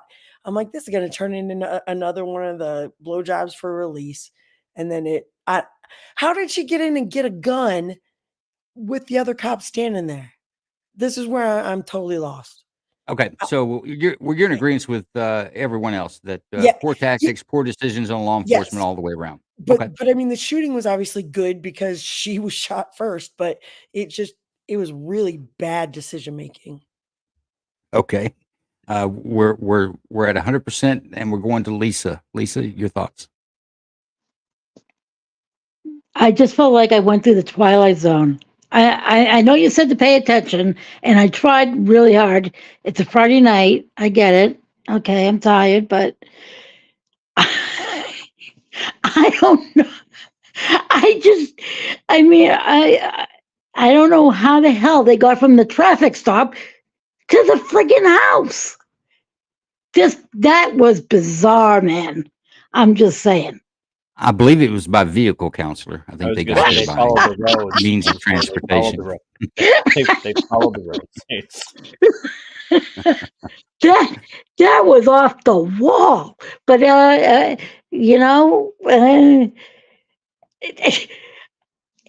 there's some missing footage because I definitely want to see how the hell she did the gun thing. Where the hell is that cam? I looked. I could not find a video that showed both body worn cams because I wanted to see the guy that went inside with her alone to do whatever she was going to do and got shot. I wanted to see his, but that it wasn't released, or I can't find it. If I do find it, we will absolutely produce it because I think that's going to be a better shot than what we saw. I do have a problem though with the cop who was handling the dog though. I mean, I know he was trying to be nice and everything, but the dog is whining because you got the freaking light in his eyes. What the hell is he thinking? I mean, really. I can't answer that. Shining the light in the dog's eyes. You blind the suspect. You always blind the suspect. Let's go to. So we're still 100%. Everybody agrees that poor decisions by law enforcement officers and poor tactics, just some bad judgment calls all the way around by law enforcement on that one. That is, the situation could have been avoided if they'd followed probably procedure or policy, right? Yeah, I think we're all in agreement. So let's go to going to North Carolina. How would they handle things in North Carolina, John? That would not have happened. Well, I'm not going to say it wouldn't have happened. Yeah, don't you dare say it wouldn't. Yeah, let me say that I would not have ever done that. That we'll do like somebody else said. Yeah, we'll I think Lawyer Joe, we'll deal with that once we get you into booking, find somebody or take care of the dogs. But yeah, yes, somebody Black Robe, he said 1900% avoidable. No, I'm gonna push back. That was 2000% avoidable. That's me, by the way. That's my YouTube channel commentary. Oh, so you're spoofing. Um, I resemble and resent that at the same time. yeah, that's I I could see one officer doing it, but two of them, Lord, that's almost like the Karen Reed trial. Okay, so and a sergeant on top same of it. thing. Same. Yeah, you're still 100%. We're still 100%, and I'll tell you from the comments that I've been posting, you have been paying attention to them. It looks like our audience agrees. The same thing, avoidable and poor decisions. TC, give us your take.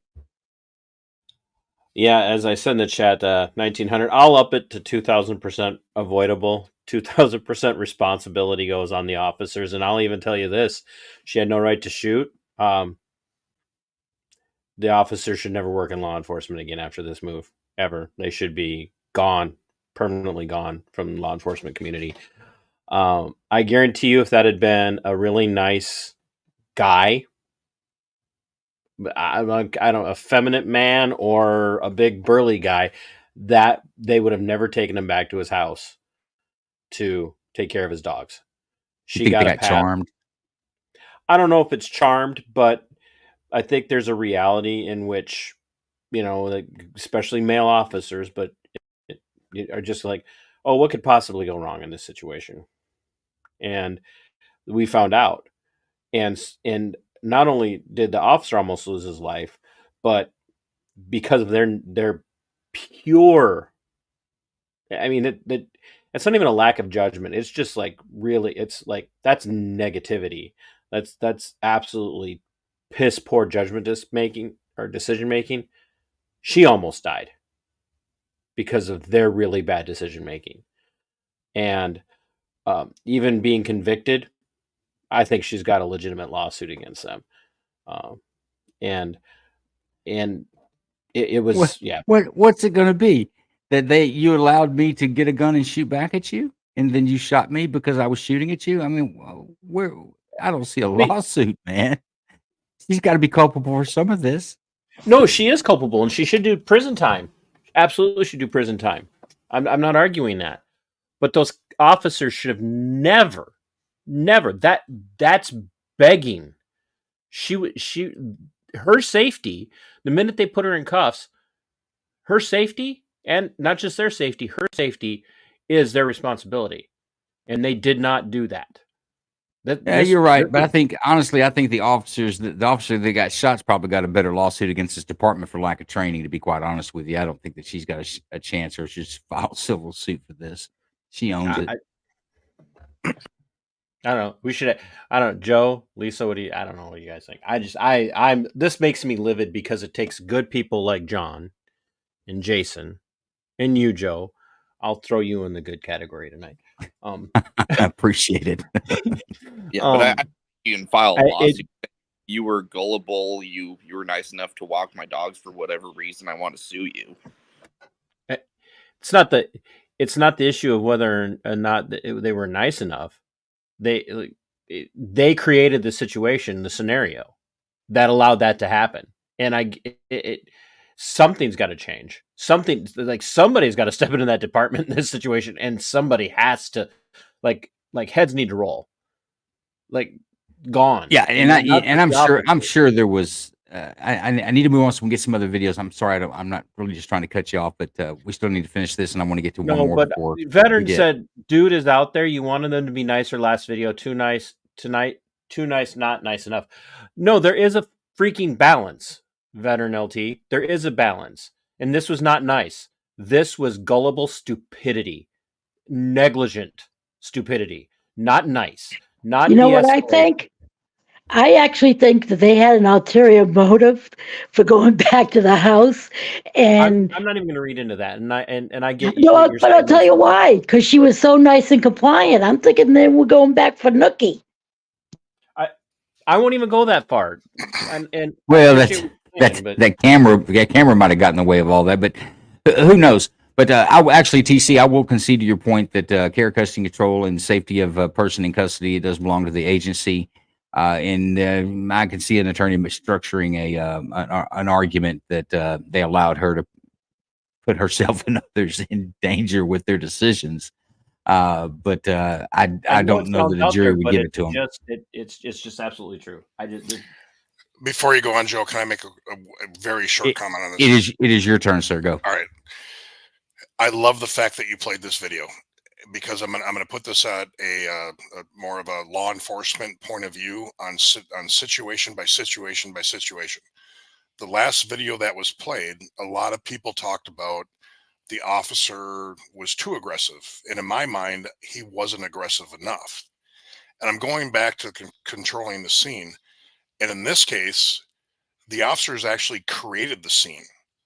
So if you want to be nice, or do you want cops to be taking control of a scene, and these are two extremes of what an officer should do and what an officer shouldn't do.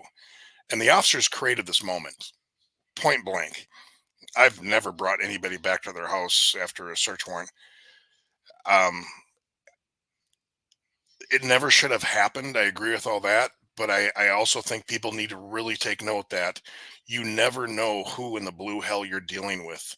If they're a 5'2", 100-pound woman, or if they're a 6'4", 250-pound guy, you have no idea who the hell you're dealing with.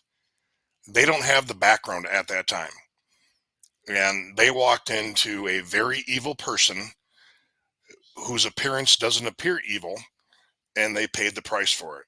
And that's why I say take control of the scene. And they didn't do it here. They created the scene.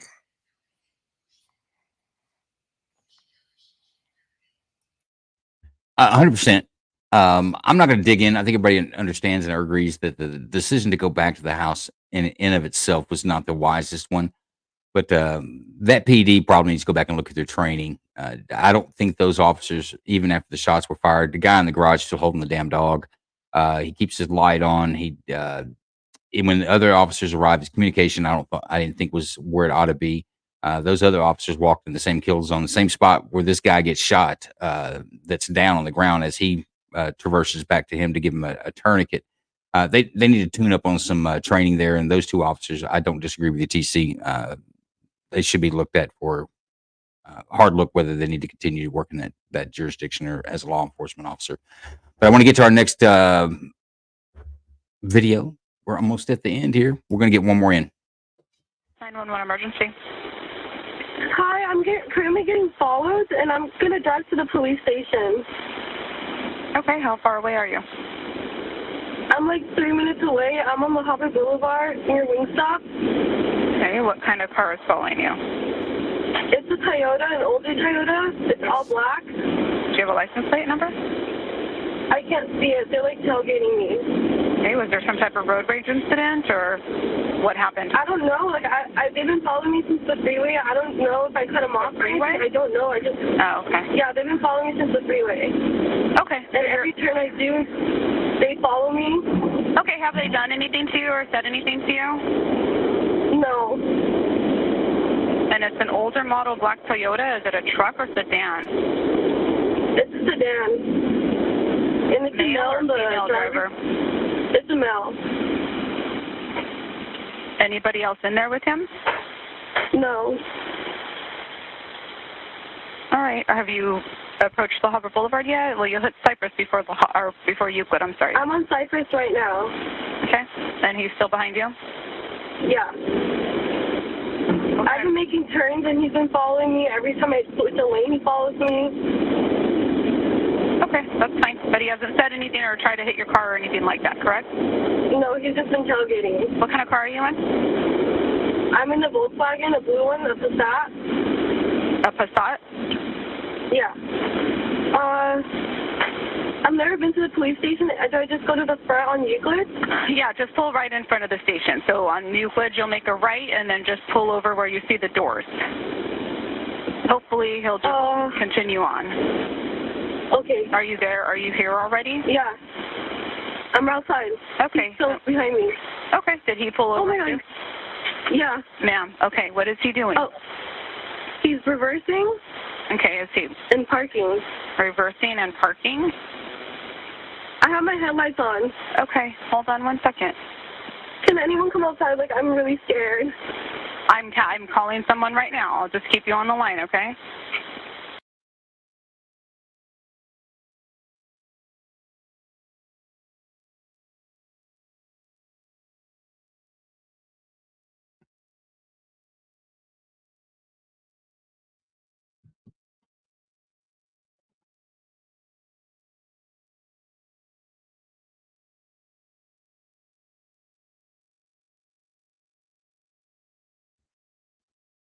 Audio kick in just now.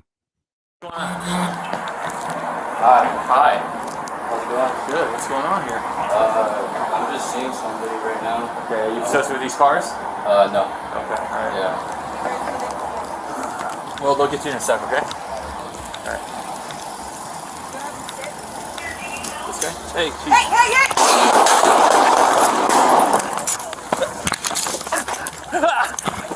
No! Fuck!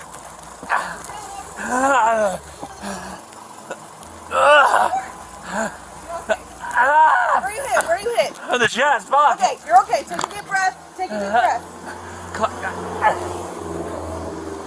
1033, suspect is down. I've got an officer down. We need help.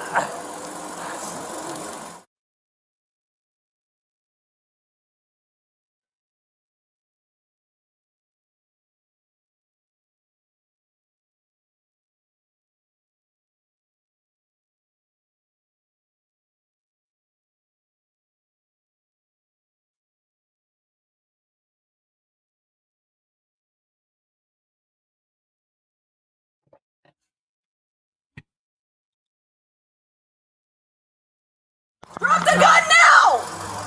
Suspect, drop the gun! Suspect, drop the gun or I'll shoot you again! Drop the gun or I will shoot you again! Drop the gun!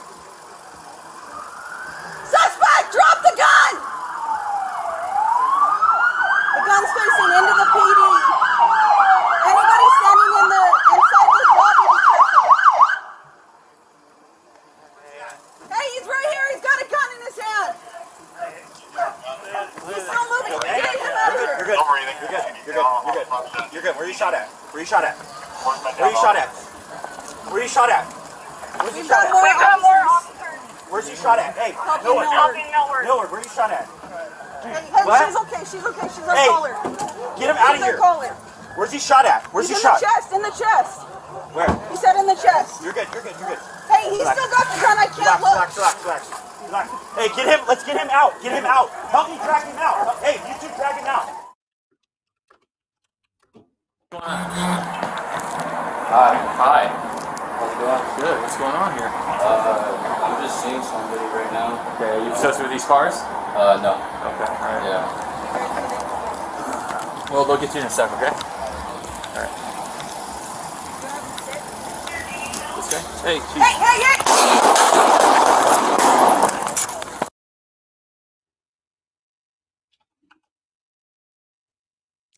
Okay, James, what do you think? Poor tactics. He didn't secure that dude, but didn't seem like he needed to.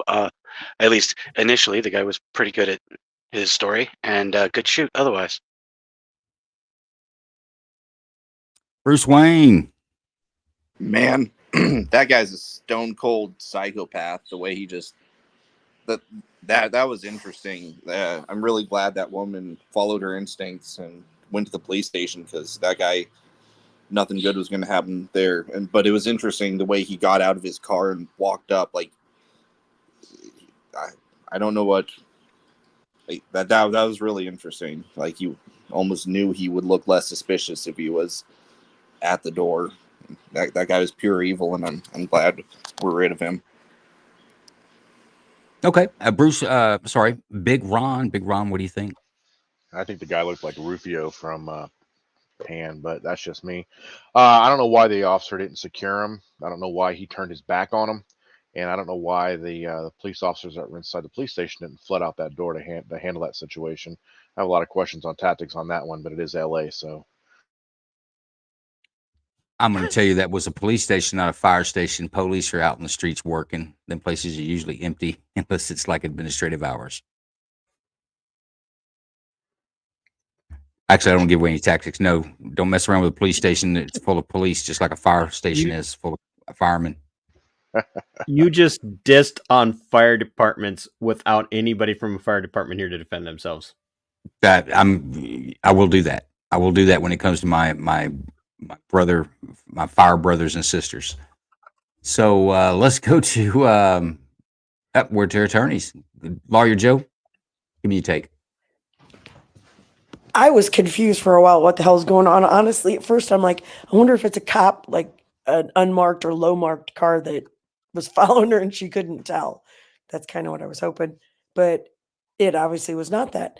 The girl sounded younger, so obviously, I'm really impressed that she had the wherewithal to think, you know what, maybe I should just drive to the police station, and that she did that, and that was really good. And then, but the whole, I got to kind of take the cop side, the one who got shot, that he doesn't see. Okay, with the exception of he saw the car that was behind her, but he didn't see anybody in it. But then you got this kid just kind of standing out at the front of the police station. Are their doors locked? Are they not? Do they have to buzz you in or something? I'm not sure. Like where I live, you just walk in and you're like, I mean, then there's, bulletproof glass, but okay. Anyway, sorry, I'm tripping over myself. But that was the car that was behind her. He didn't look to see if there's anybody in it first. Then he walks up on that kid. I mean, I don't 100% blame him, but turning his back and then walking away knowing that there's just some kid standing out there. I don't know. It's not a bad shoot when they shot the kid because he just pulled out a gun out of nowhere. But I'm very confused about some of the tactics involved. Okay. I'll let you. It's not uncommon for after hours for those doors to be locked. You have to buzz yourself in, and there may be a substation even where it's not generally open to the public that you may have to buzz yourself in. So that's not an unusual situation from my experience.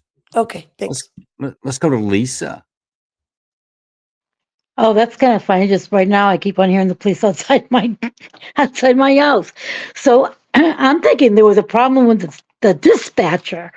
I thought it's really weird the questioning that about, but the girl keeps on telling her the guy is tailgating her. Okay, is that not suspicious conduct in of itself? I mean, and so the dispatcher says, would you say, but he's not saying anything, right? And he's not doing anything bad, right?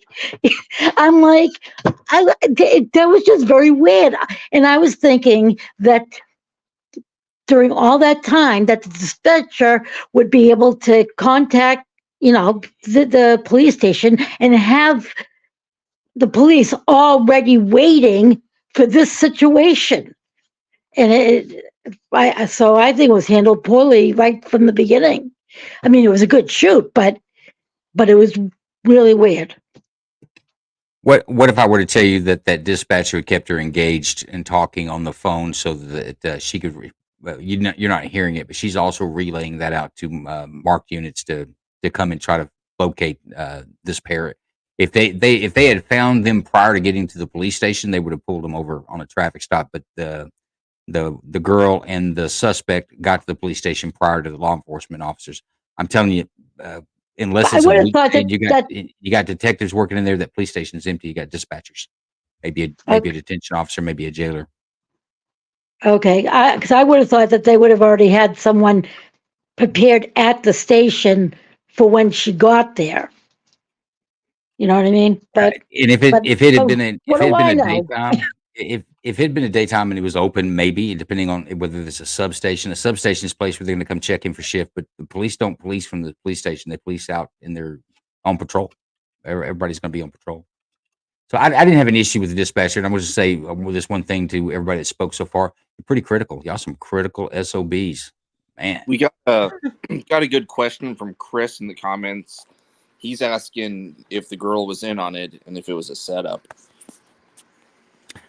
I've got no information that it was, and I don't think so. I think this guy had some sort of a issue with her or had something planned with her, and we pulled up. I will say I don't know that the guy thought knew he was at a police station. I don't think he knew where he was at. He was just buzzing up. He may have got out to do a walk by on the car and like he was going to go into this building. I'm not sure if he knew exactly where he was at when all this happened. But well, in the Indie News, he was saying that dude had that practiced and gone over the scenario in his mind, which I can't really disagree with. That seemed like something he thought about. Yeah, I can't speak to the motives. I don't think the video tells us enough other than coming up with just, pure guessing. To be honest with you, he definitely didn't act like I think most of us would have acted in this situation. But let me go to TC, guys. We're running short on time. I'll be quick. I don't follow strange women off the freeway unless I have a plan in place, and that would not have been my plan. So, no. Probably should not have said that. Well played, TC. No, my big takeaway from this is that when I think the dispatcher did a great job, she kept the female driver, the caller, very calm, which I think is a lot harder than people understand. And the fact that she stayed as calm as she didn't get out of her car when she got to the police station, showed good foresight on her part. I can't fault the officer. He has no idea what he's dealing with in this situation, and he's fortunate he survived that. And yeah, this was definitely a clean shoot, and there were definitely lives saved in this situation. So good on the dispatcher. I have a question. Go ahead, Lisa. I like the comments about definitely I didn't think about keeping the dispatcher keeping her engaged, which definitely I now in retrospect definitely see that. The blonde cop though, what do you think about the fact that she kept on saying drop the gun? Too many warnings, don't you think? I think that's that he pretty wasn't common. moving. Yeah, I think he wasn't moving, and she was giving commands. What I thought was that for sure in the first aid classes that these officers in La Humbre, California take, they make sure they reassure the victim that they're going to be okay. Everybody that approached him, he said, "Where you shot? I'm shot in the chest. You're going to be okay." They didn't do anything else for him, but make sure he knew that he was going to be okay. I don't mean to cut you off, TC, but I need to get to my man in North Carolina, John Cox. Go ahead, John Cox. Yeah, I mean, the only thing I say, I would have kept eyes on him till you figured out what was going on. I don't know, and that's why I said back in some videos way back. I think sometimes we all get complacent, especially if you're with an agency that has low call volume. And I mean, I just think he just didn't think about it, or for whatever reason. But as far as the I call them telecommunicators because I was one for 7 years, not 911 dispatchers. There's a lot going on in the scene when we're talking to the caller. And like Joe said, I'm not sure if it was a substation or not, but they're out on patrol. They're not hanging around the police station. So, I mean, it does take a little bit to get somebody there. But yeah, the only thing I would have done, I'd probably kept eyes on until I figured out what was going on. Indy, let you know, I agree with you. Situational awareness is always the key, and the officer did make a full recovery. I don't think the rounds penetrated the vest.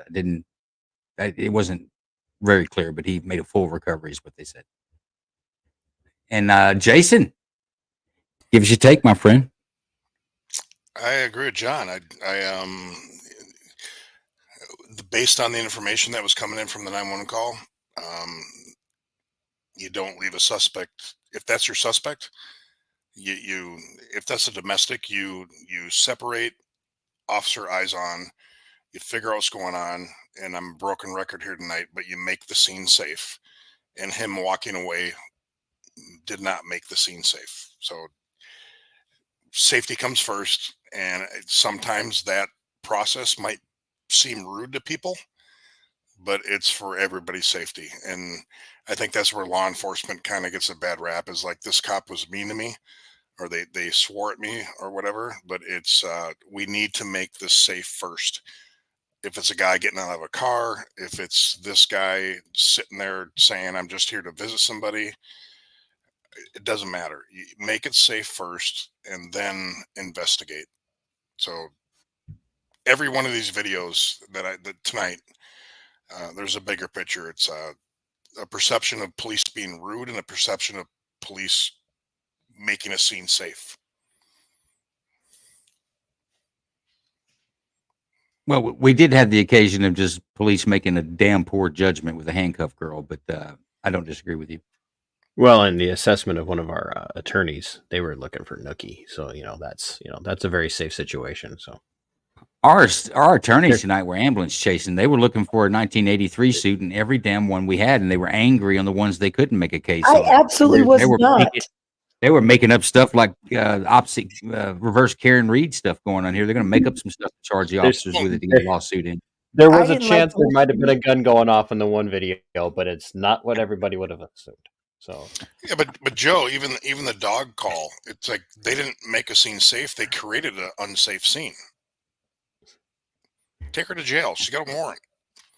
Okay, I'll buy your angle on that. My angle on it is that you didn't make a scene safe; you created an unsafe scene. Like you made that. It's not like the officers arrived to the police station. They arrived to a scene and they should have made it safer, but to make it safe. But they went to. Joe, we're saying the same thing. No, we're not. My Yes, words are more eloquent. My words are more eloquent than yours. No. Anybody from Minnesota is automatically more eloquent. Yeah. Than Oh Joe. my goodness! And Joe, the story. Joe, just shut up and go cook something with an apron on. We're done. Let me tell you something. You can lie to your friends, and I can lie to mine, but let's don't lie to each other, folks. We're close. I know we are at the end of the show tonight. I really want everybody to I do appreciate, especially Jason and John. You guys' take on stuff is amazing. And Joe, thanks for letting my audience come over and enjoy this. There's quite a few people who follow my channel that are former law enforcement and some current, who has some really good takes. I think they'd be great. Fill in sometime if you ever need anybody. So listen up, folks. We can have up to 10 in the studio. So anybody that's interested, we can't even corral this with 8. Well, we can. I just have to be a little tougher on my rules and moving along. But we can have up to 10 in the studio, and everybody's absolutely welcome. That's the purpose of this. It's not only to look at some interesting videos, but it's also to get how different people see these things. We've got attorneys, and you'll see that they see things very similar. They see it from the same point of view versus like John and Jason with law enforcement. They see it a very particular way. And I've seen in the comments, I can tell. I don't think anybody's actually said they're actually former law enforcement, but I can tell what their points of view are. TC, you bring a very unique point of view because you're law enforcement, but your law enforcement's been in detention, which is a whole nother animal in many ways. But then again, there are also a lot of things that are similar. You have the same restrictions as law enforcement officers do when it comes to use of force and things like that. Guys, those that are new to the night court situation or the program or our format, in 10 minutes, we're going to start a after party on the space. It's going to be an X space. We can continue the conversation there. Galveston Island Transparency. Let me put this up so that it's recorded that everybody knows that you're a Fed. Galveston Island Transparency. Do not make. I wouldn't talk to that guy on the phone at all, to be honest with you. So that's Joe. Never. You don't talk to Feds. But seriously, thank you to everybody that came over from my channel to watch. Tune in. I'm here most Friday nights when I pull my head out of my butt. He is absolutely a legacy panel member for this show. All right, folks, we're going to kill it here. Thanks for joining. Your comments were outstanding, and I do appreciate all of TC's fans coming over and spending the evening with us. We appreciate you.